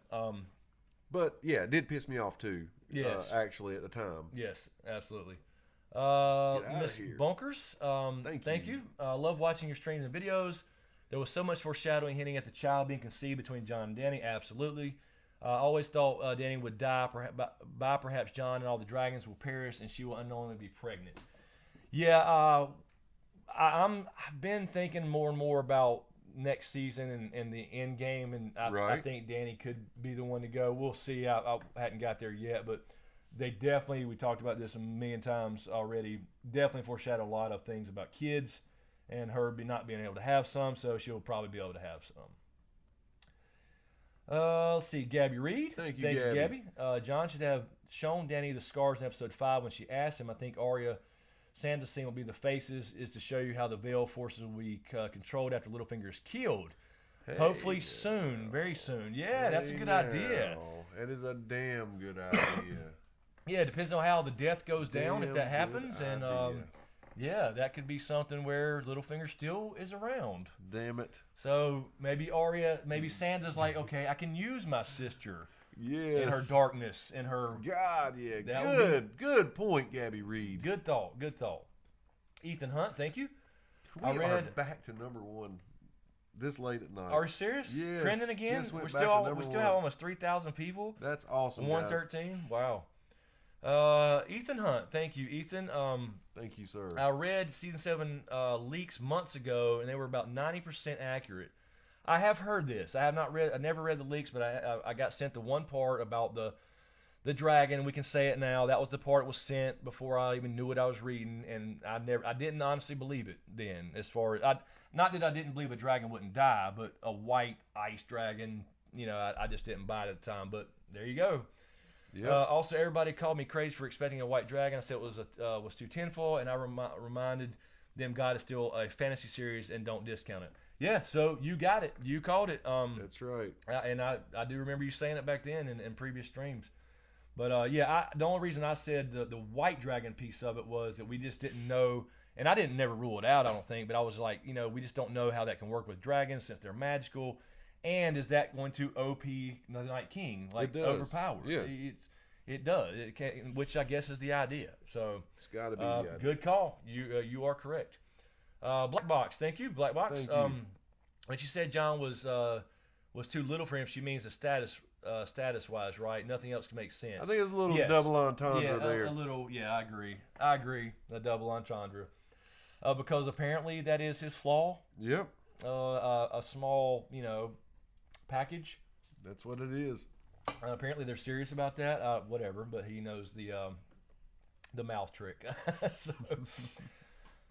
Dissimulate, thank you. Episode 5, Dany asked Jon about the knife in the heart. He could have shown her then and saved them time on the trip walking when he and Dany could have flown to grab a white instead. I think Arya Sansa scenes for Veil control with Littlefinger's face.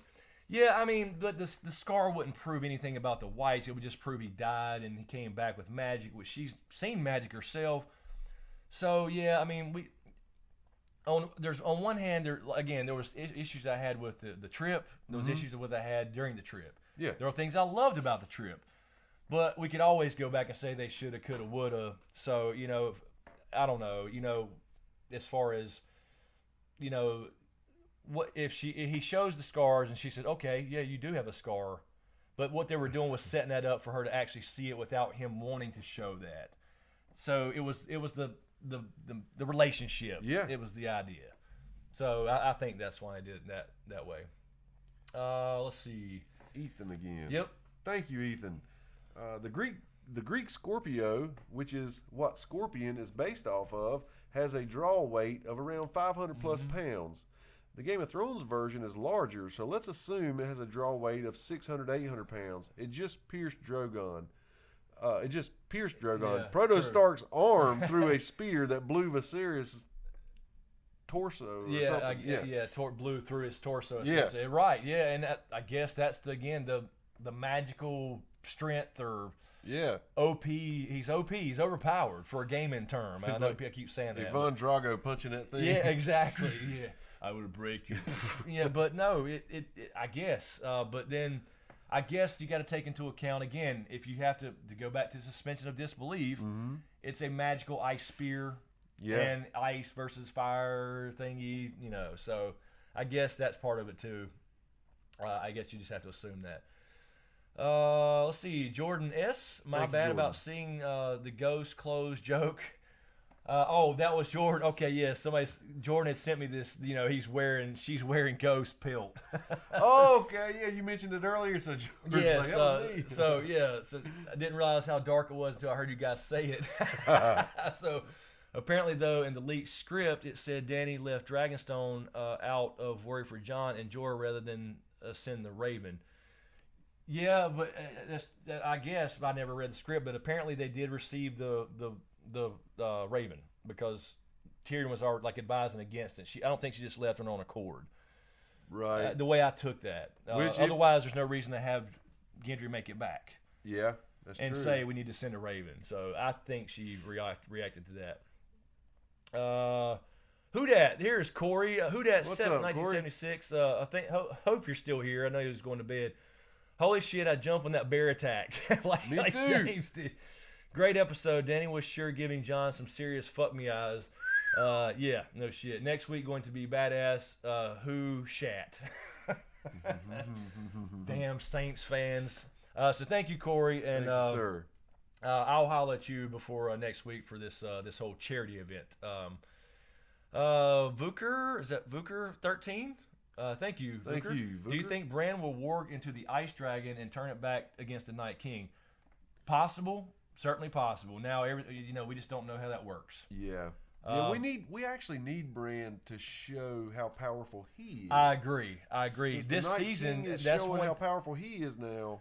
I agree. And we were saying this earlier. Bran has had basically, the come home, the reunion scenes, but one little scene, warging. We need some serious Bran action in this last episode. I mean, we need to see that Bran is going to be a big deal. Right. Because otherwise, there's no point. Nope. So hopefully we'll see something to that effect, and I'm sure that'll be next year. Ethan again, thank you, Ethan Thank you, Hunt. sir. I'm late, but y'all seem salty. This was, when was it? 11:49. Oh, this was still hours ago. I'm done speculating on the stream because the source that I read, the leaks also had season 8 script leaks, and it was almost done. Almost dead on. Almost dead on. So speculation for me is now over. So I won't actually spoil. Well, for thank all. you. Yes, thank you, Ethan. That's great. Yeah, but they didn't. Season 8 can't be done, is it? The scripts certainly they. Well, I mean, even if they're done, they wouldn't be leaked already. I imagine any season 8 leaks would be fake. They're not even going to start filming until October. So I mean, I did see an article. But where I think he's they just said, saying script leaks. Whether they filmed or not, they could have the script. Oh no, I get that. I'm saying I wouldn't even think that was even possible if it's just Dan and Dave in the inner circle, how they would already be leaked. But maybe I'll definitely not be looking for it. So No, man, that would suck. Man. oh god, yeah. Also, Dejan Preston again. Thank you, Dejan. Thank I think you. Darth Arya gave this dagger to Sandra, let her know that I can do some shit, but even though I'm pissed about it, we are still family. That's what it felt like to me. Yeah, at the end it kind of did. It, like I said, I think Yeah. it was a thing like, okay, I could kill you, but I'm not. Here, I'm scared the shit out of you. Do with it what you will. Yeah. Metaphorical thing. What are you going to use this for? Right. Answer LS42. Is that or is that am I saying that right? I don't know. Yeah. Thank you, Answer. Great damn videos. Thanks. Well, thank you. Am I the only one? Am I the only damn one who thinks the damn Night King wanted a damn dragon as a secret weapon? What is that? What he did? Damn. So, I guess there was a super chat just like it. I guess that was the same question. But yeah, I think absolutely that had to be a trap. There's just no other reason for it. Yeah, He and saw he it did coming. let him leave, so Yeah. it can be a secret. That's so true. Yeah, you're all over it. that is true. That is true. Thank you, Jerry Staton Jr. Thank you. Why did the Lord of Light give the Hound the vision to create a dragon trap? When Varys had his root and stem thrown in the fire, the flames turned blue. Will the undead dragon breathe blue fire? Now that is a good question. That's a good point and good question. Yeah, it's like that's what I'm saying. That's why I don't think there's gods in this story. I think this is a magical thing they don't understand. Yeah, this Lord's leading them to a trap. That's not a good Lord, right? who seems to be doing good things and bringing some great people back. Yeah, I'm not saying they've done all, because people do bad things in his name. Melisandre, Shireen, Stannis. So yeah, that's what I mean. That's another thing. That's a good point. And I don't know about the flame thing. We'll see. That would be cool, I guess. But I think it still has to burn, and it can't be just ice breath. Right. Otherwise, they still can't get through the wall, I don't think. No, it would add to it. Make it bigger. Make a bigger wall. That's so funny. I think so I guess I would imagine for TV sake, blue fire would look good. It would look good. It would look good. So I think we probably would. I want it to be just as badass as the other fire. I mean, oh yeah, hell, he's got the weapon. I want to see it kick some ass too. Well, that's true. I hate to see the human side get wiped out some by it more. But I want to see it be badass. Oh yeah, I mean, yeah. If you're going to go that route, you got to use it. Absolutely. Okay, and Tomo. Thank you, Tomo. Do you think the White Walkers' march on Westeros will coincide with no more Starks being left in Winterfell? The Stark name will die with Bran, as he is the last male Stark, and he probably won't have children. No, they're coming before that. They're coming now. Yes, I think that's going. I mean, I could totally be wrong, but I just can't see it not happening next episode. Right. So they're coming now. I don't, and obviously there's still Starks in Winterfell. Jon is still a Stark, too, but he, Lyanna's still just as much a Stark as Ned was. So you do have Bran, obviously, and Sansa, but two males, you still have Jon. Even though Targaryen will be the name, he may. I don't even know if he'll ever go by that. Maybe he will, but he would still have Stark blood to continue. But then again, if he marries Dany, it will be a Targaryen name, even though there'll be Stark blood in there. So yeah, it can get a bit confusing. So yeah, we'll see. That could, but yeah, I think they're coming before that whole thing. I've never thought the whole Stark and Winterfell, because we talked about this a little bit, a lot about it.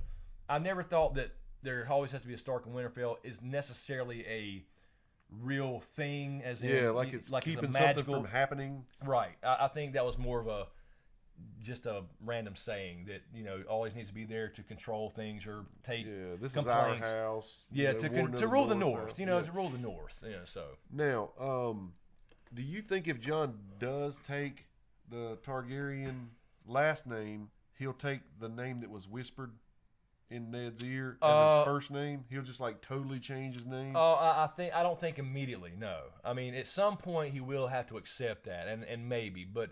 I can. The way I see it is he finds out and he's mad for a while, and he still goes by Jon Snow. And maybe at the end of this thing, assuming he's alive, and I assume he will make it, he does take that name. And Jon Targaryen. Yeah, it's not gonna be Jon Targaryen. No, if he if he goes by Targaryen and actually accepts that and allows himself to be called that, or Bran will tell him what the name is. He will get his first name. Yeah, I think so. If he ever goes by it at all. Let's see. One more. I think we have one more here. Mysink. Thank you. Chances of Clegane Bowl now, since it looked like the Hound is going south with the White Walker. They are very high. I mean, we were talking about that earlier. In that meeting. Yes, he's definitely going to the meeting now, and we'll see if that happens. I'm still guessing looks like a small coliseum. I could see it. Yeah, the Dragon Pit's going to look pretty badass in the books. It's described as this coliseum. It's kind of broken down, and we saw the preview there where they did add the Roman-looking kind of skeleton left. So it was awesome. That looks cool. There is a chance of that. I still don't think it's going to happen, but it could. It's not ruled out, and I would love to see it. So I would not complain one bit. All right, let me double check, make sure we're caught up on Super Chat. I think we are almost, I think we may have got a couple more, but I think we're basically caught up here. Yep. Yeah, just right there. Okay, so Sweet, Inez Kelly, thank you, Inez. you. I don't see a question though, Inez. James Allen, changed from Hard Home again. That is plausible. I didn't think of that. That's fairly close. So we don't know how much time passed. They could have definitely went and got something from there, and it is kind of a.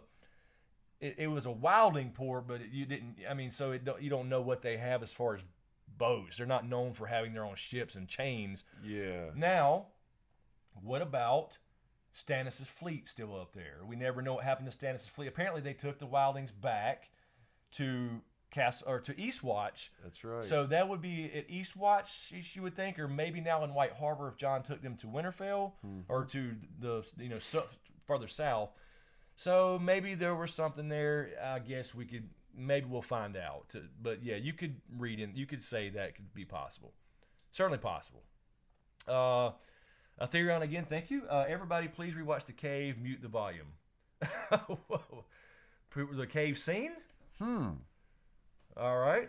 Screw it, I'll do it. Yeah, we'll do it. Why not? Yeah. Lady Luxara again. Thank you, Lady Luxara. Thank you. Can we talk about how the cojones on these guys? I don't give a shit what's at stake. Never would I go beyond the wall again if I had seen White Walker. Hashtag pussy. Yes. Yeah, I mean, it absolutely. You're right. These badasses just said we got to roll. Oh yeah, they Huge. carrying some big ones. I mean, there should be 2 more tracks in the snow.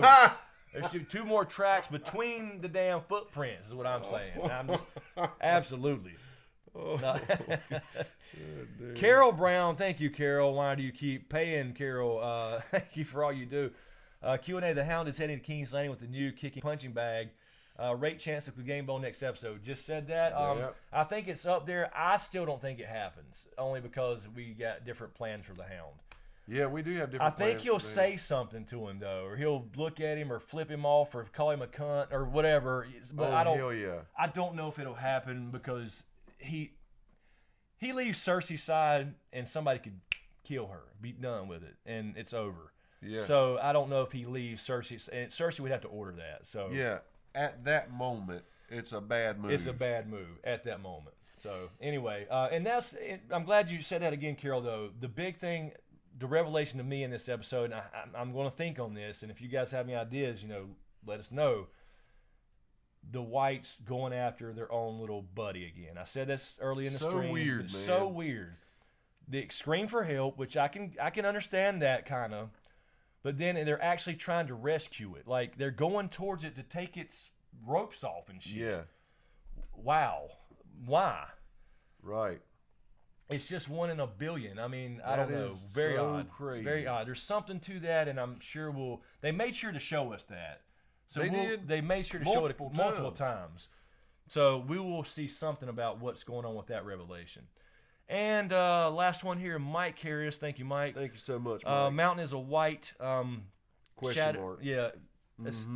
Essentially, he's a reanimated by whatever science or whatever that Kyber came up with. Maybe there's some magic involved. Shadow of Dragon over King's Landing, and Bran's vision now is the Ice Dragon. Bran and Arya testing Sansa with dagger. You two rock. Thank you. What do you think about that, Chris? I don't think you that. don't think the Ice Dragon comes that far south? I don't think. Well, maybe, but it would be snowing in winter, and if the vision was in the sunlight. That's right. So I don't. I think that's going to be Dany. I think because we're going to see we saw the preview. There's going to be this meeting. That's it probably could be, where that'll That's come from. probably where that'll come from. If it's exactly like that, because they did shoot that. Well, season 4. That was a season 4 thing, right? Yeah. So yeah, it probably a little different, but they can use that same shot. So I'm thinking because it's still sunny, and eventually it will snow in King's Landing. It said, and Bran and Arya, are they playing Littlefinger? Oh yes, yeah, with the Bran testing. and Arya testing Sansa with the dagger. Oh, okay. I don't know if Bran's involved, but I know Arya is definitely testing. And I was saying before, I think it was like a kind of a metaphorical thing. Here, are you going to use it to save your family or betray him? Yeah, like literally here. I'm going to turn my back on you as soon as I hand you Absolutely, this. and just exactly. You stab me in the back, I know where you stand. Exactly. All right. We are caught up. Finally caught up at 1:30 in the morning. Yeah. Quick break and then grab some from there. Yeah, so if you guys Wrap it are still up with wanting to that. hang out, we still got almost 3,000 Yeah. people. So let's cut off the super chats and stuff, just because I don't ever want to miss the super chat, and I want to take some of your regular get some out of questions. the regular stream. And Yeah, exactly. And save that money for next week, because next week we have that link in the description for next week's. Again, for anybody here, just to mention this really quick, next week will be all charity for St. Jude Children's Hospital. There will be a link in the description of that particular stream, not this one.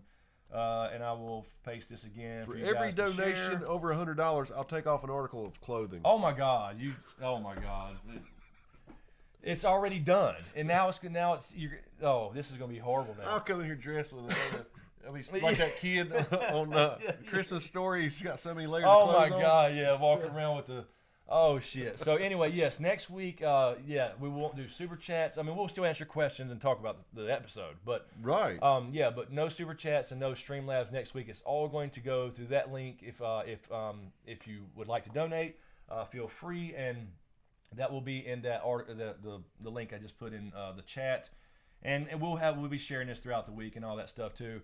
Right, hype it up for us, guys. Let's make this thing explode. Yeah, next week. I mean, I don't, no money coming to me. I want all the money going through anybody that wants to donate. It's got an extra $1. I don't care if it's 2 cents, a penny, whatever. Go through that link, and it's going to be in that video description I just pasted in this chat for the episode 7, stream, and that will all directly go to St. Jude. So, all right, and we'll be hyping it up or linking it, tweeting that, and Facebooking it all week long to let you guys know. We'll tell everybody I know. All right. Her Monster Highness, thank you. I see this, so we'll grab that. Give us a couple minutes, and we'll come back and grab some of these questions before we wrap it up, because it is late, and I know everybody's got to go to work and shit. So give us a couple minutes, and we'll be. I know it's late. We'll be right back. All right.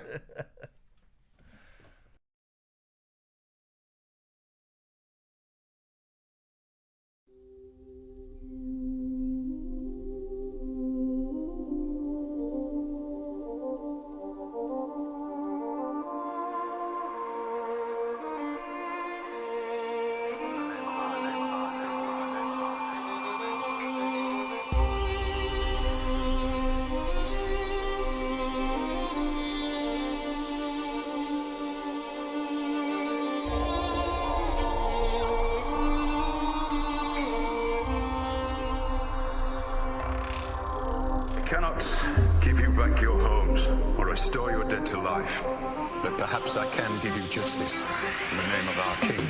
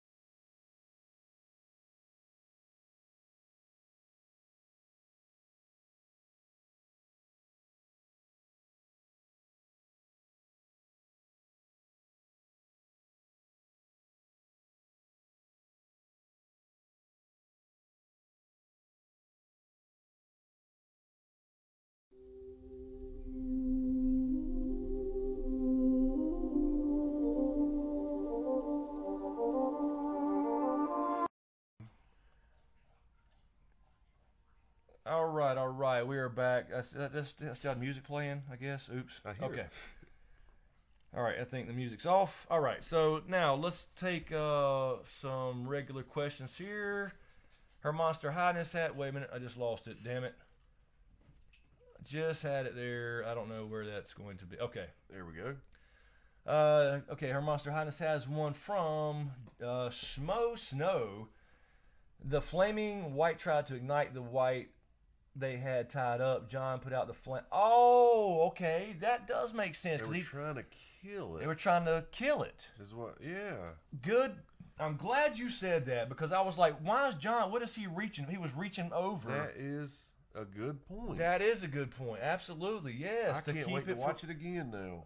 That's a good point. I'm glad you caught that because I was like, what? Okay. It went over there. It looked like it reached for its hands, like where it was tied. Yeah. John reached back and you didn't see him putting out. I didn't see the flame, but he did reach back for it. But then another one came. He shattered it with Long Claw, but that wasn't on fire. But that would make complete sense, like to try to keep it. So that tells you they were trying to keep it from being seen. Very possible. So it kind of ties into the whole the trap thing, you know, because they know what's coming. I don't know, but that makes sense. Makes sense, yes. So thank you. Let's see what we got here. Thumbs up for the Schmo. Yeah, for the Smo. Joe Smo, the Snow Smo. Joseph Ashley, Emo Brand, the Night King, or they share the same vision ability. Seem odd Night King knew how to kill the dragon. He had the spear before in old episodes. He's had the spears, but they all had spears like when they're just sitting there, but they pulled those. They were bigger. Yeah. They pulled those out of the little saddle thing in the horse, or the dead horse. So to me, that was like, I don't know. I mean, I'd have to go back and, compare them, but it seems to me they had those ready. So this, to me, was a trap. But he's definitely, if he can touch Bran, obviously he has the same power. And if this was a trap, then he knew they were coming, all this stuff, yada, yada, yada. Yeah. He's got to have the same Don't touch that. ability. Cat Lover 1981, I want you to answer this one, Chris. Q&A, how much time has passed since season 1 as far as the show in years? Oh, man. Years-wise? I think for the show, I think it's about the same as the actual actors. So we're talking about 6 years. Okay. 7 years, basically. Okay. 5. It may be a little less, 5 or 6. They really haven't explained, but I would think about the same time as the actual actors aging, because they aged everybody up because they had the sexual stuff. Yes. And then as they age, they're using that. I think is I like that. Okay, that makes thing. sense. So I'm not, but I can't be exactly sure. It could be a little less, but I think 5-6 years, maybe even 7. Let's see, AJ Simon Q&A. Chains come from Hardhome Depot. Wouldn't you think there's a dock and ships? Home Depot. Oh. I just called the capital home. Funny. Sorry, AJ. I'm sorry. I'm slow. I'm tired. It's late. These docks and ships have been pulled in through there, I'd assume. Yeah, I mean, but Hardhome being north of the wall, you wouldn't think they'd get a lot of. But yeah, it is like a port, kind of, sort of. So it does make sense that it could come from a place like that, and it's fairly close by. I don't know, but. And that made me think of the Stannis fleet, where the Wildlings did use that. John did use that to go back to Eastwatch and then come to Castle Black, which makes no sense because they would have came to the south of the wall there. So I don't know. You would notice this. Jonah Taku says, "Did you see the foreshadowing back in the first season when Dany touched the green dragon egg?" The green one would be Rhaegal. So that would be for John to ride. Is the idea with the colors. And I believe that was Tony Teflon's idea. As far as I know he did a video about the colors versus who could potentially ride them. Okay. And that makes sense. And also the names being named after Rhaegar. Yes. So yeah, I mean, if that's the first one she touched, that would point to John essentially.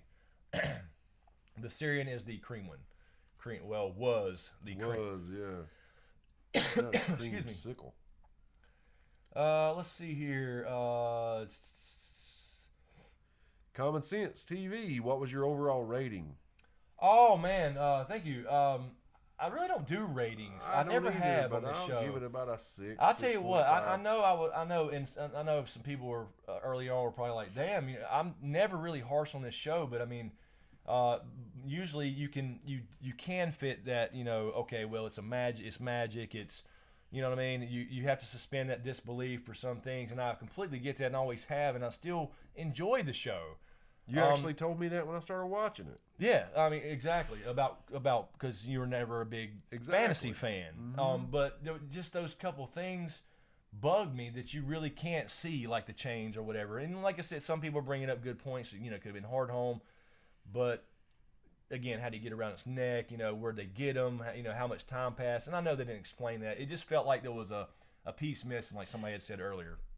But I don't know. I'm not even gonna start. Not to not answer your question, but I've never given a rating 1 through 10 or 1 through 5 ever. So I don't know. I wouldn't even try. I never established a system. You know what I mean? Right. Like I said, it's still Game of Thrones. The episode was not horrible, but it's like I said, it's like cold pizza. It's still Game of Thrones. Still good. It's still pretty damn good. Let's see here. It did feel a little bit like watching Walking Dead with Game of Thrones characters at some point. Yeah, it did. I swear they used the same exact Walking Dead noise for walkers. 3D's. Dan L. Thank you for the super chat, but I do not see a question, Dan. So I don't know if you had a question there or meant to, but. Let's grab a couple more, and we got to get out of here. It's 1:45. I know you have to work and I got all to that take good stuff. Lana to the orthopedic doctor. Oh yeah, the bone doctor. Slacky123 says regarding Viserion's egg, cream is white, and what sounds exactly like that white. That's true. That's true. A lot of people had associated the cream and white because it's actually cream and gold with Lannister gold, as in Tyrion would be a dragon rider. That was one of the initial color things. But yeah, that's could be. Mackenzie Smith, SmokeScreen. If the walkers are not fully, there's that evil. Evil. Mm-hmm. Okay, what do you think is their end game? Yeah, we've talked about this before. Talked about this before in that little series. There should be a card on this video though. If you click if you're watching on a mobile device, a little information eye up in the corner. I always have a Dragon Race by Wolves, that series, in the cards on these live streams because we reference them so damn much, and I know we do. I hate to repeat myself. But we go into what we think the end game is there. They are reacting to something. Yes. It's not just they waited 8,000 years, unless it goes into a supernatural or a natural event like where there's going to be this long winter or whatever, as far as comets or something astrological. So that could certainly be a possibility, but I mean, it's got to be related to Jon or Dany being Azor Ahai, prince that was promised. They could want their humanity back or the curse removed out of it. You know what I mean? But first, they want to kill their makers. They do. They definitely want revenge. The question is, why now? And what else is with it? So, Undead Nightmare says this was definitely a trap to get a dragon. He could have killed the group with his spears at any moment. So I agree. That's just another thing that shows. Yeah, you're right. I agree. Exactly. Yvonne, when Tormund got attacked, I was bracing myself for a Walking Dead style zombie buffet. I know. I was waiting for him to tear his face off and shit. That's exactly what I was thinking. But they didn't really try to. Now the other guy got fucked up, but I guess it was about weapons. You never seen these zombies bite people. They have weapons. Yeah, but they were blood just blood was splattered everywhere. So I was exactly what I was thinking. Though, I was thinking The Walking Dead. You're gonna start seeing his face his face clawed off and shit. I was screaming at the TV. Yeah, we were all screaming at the TV. There's Danielle who had the. I don't know where I was. Donation. Oh, okay. But I lost it. There it is right here. What does it say? 3 of them did. Just watched it again. I don't know what he's talking about. Dan L, 3 of them did what? What are we talking about? Whites are trying to do something to Tormund maybe, or bite him, or are we talking about the trying to get to the other white? I think maybe. Maybe. I think there was about 3 of those. So, Carol Brown has one from Paula Marie. Thank you. Thank you, Paula. Only death can pay for life. Perhaps that is how the chance to conceive for Dany will happen. What, as far as like her being took a dragon dying to pay. Exactly to fit that. That actually fits. It actually fits in the exact way they were born. So yeah, Miriam Osdur being the one who actually fucked Dany's chances up of having kids was burned to hatch the dragons. There you go. That good idea, Paul Marie. That fits. Joseph Ashley, do you think Gendry can beat Usain Bolt? I don't think nobody can beat Usain Bolt.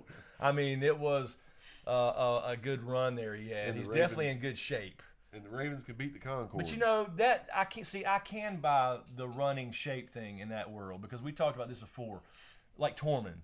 Tormund's got to be in the best shape of these motherfuckers out of the whole place. I agree. Because when you live north of the wall, just walking to take a shit, you know what I mean, through snow, you never see like with all the layers and everything. Yeah, man. And you got to be in some damn shape to be living in conditions like that. So, all right, let's grab one more before we get out of here. Let's see.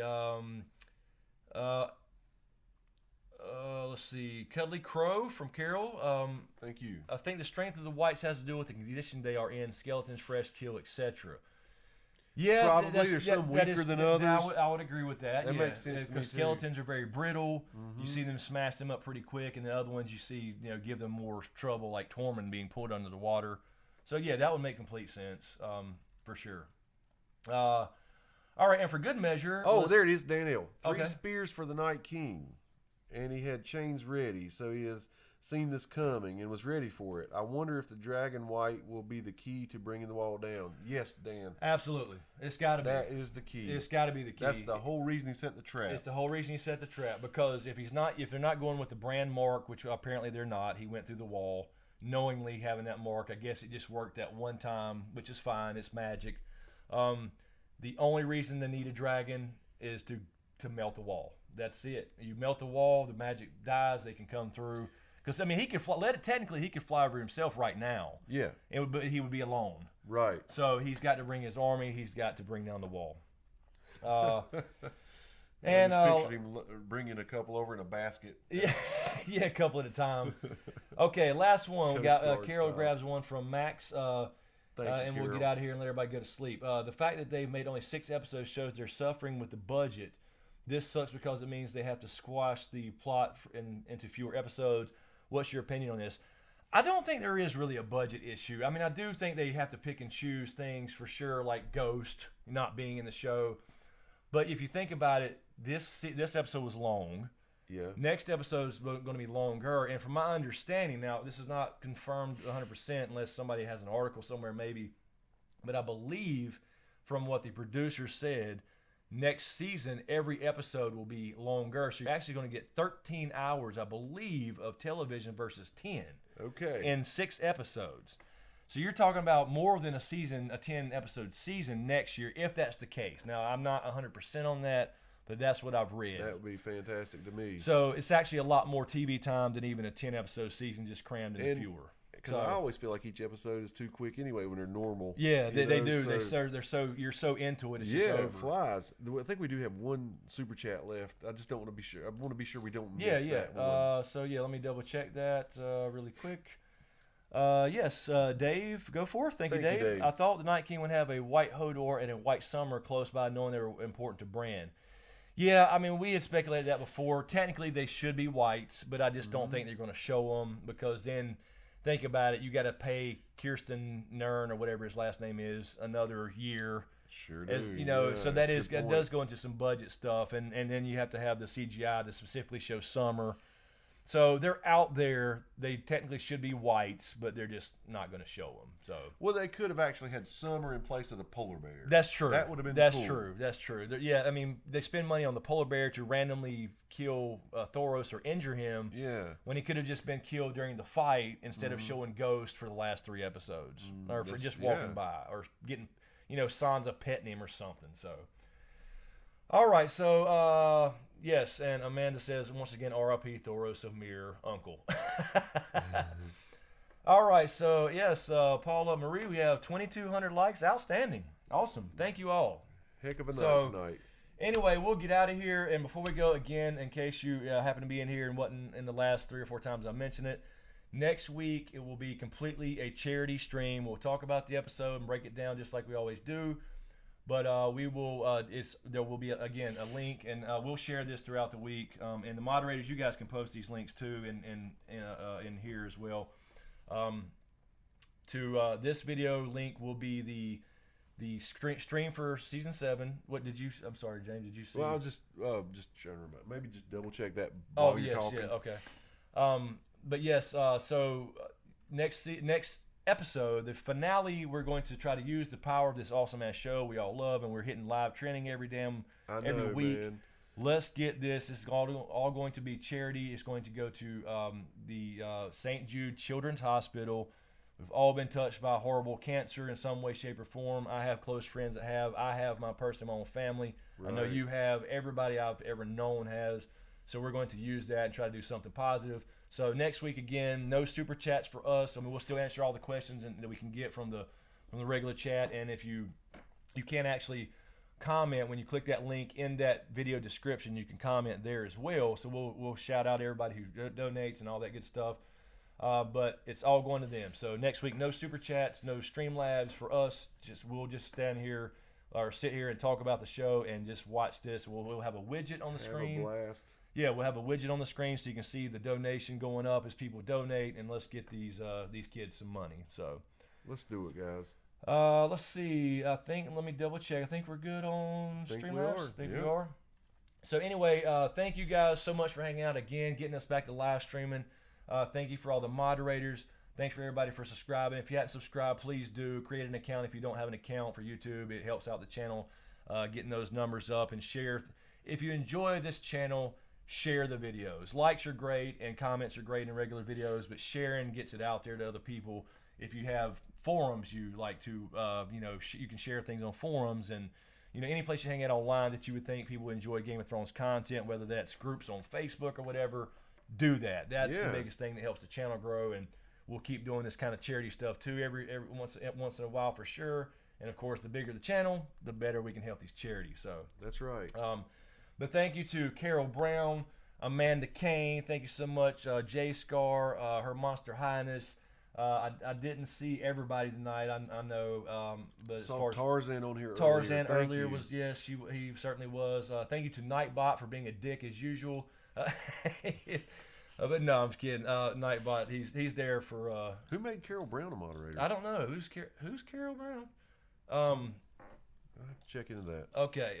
So anyway, but thank you to everybody. I did see Jay Scar earlier. I'm sure everybody had to get the hell off here and go to bed. But Kathy Jones, there's Kathy Jones. I saw it, but you give a shout out to your biggest fan. Yeah, shout out to Kathy Jones. Oh, Kathy Jonas. I'm sorry, I missed. I didn't see the assault. The A was an E because I'm blind now. I'm too tired. You are blind. So anyway, thank you guys so much for hanging out. Be sure to take that here. I'll post this a couple more times, and moderators, you can always post this in any chat. This will be the link for next week, and we will come back after episode 7. And again, that's going to be longer. So if it's not 10:30, it may be 10:35 or 10:40. I'm not sure exactly the time, but I think we'll be able to barely squeeze it in. But anyway, all going to be for charity for St. Jude Children's Hospital. So thank you guys for hanging out. Thank you, Carol. Thank you, Amanda. All the moderators, Jay Scar. Thank you, guys. Mark Joseph, Snow and Winterfell. Everybody, thank you so much, Amanda. And thanks for hanging out. Thanks for getting us back to trending. And next week, let's blow it out of the water and get these kids some money. I'm excited. Let's do it, guys. All right. So thank you all, and we will see you next Sunday. And keep an eye out for the preview video coming up tomorrow, and then the in-depth review as well. So thanks, guys, and we'll see you next time.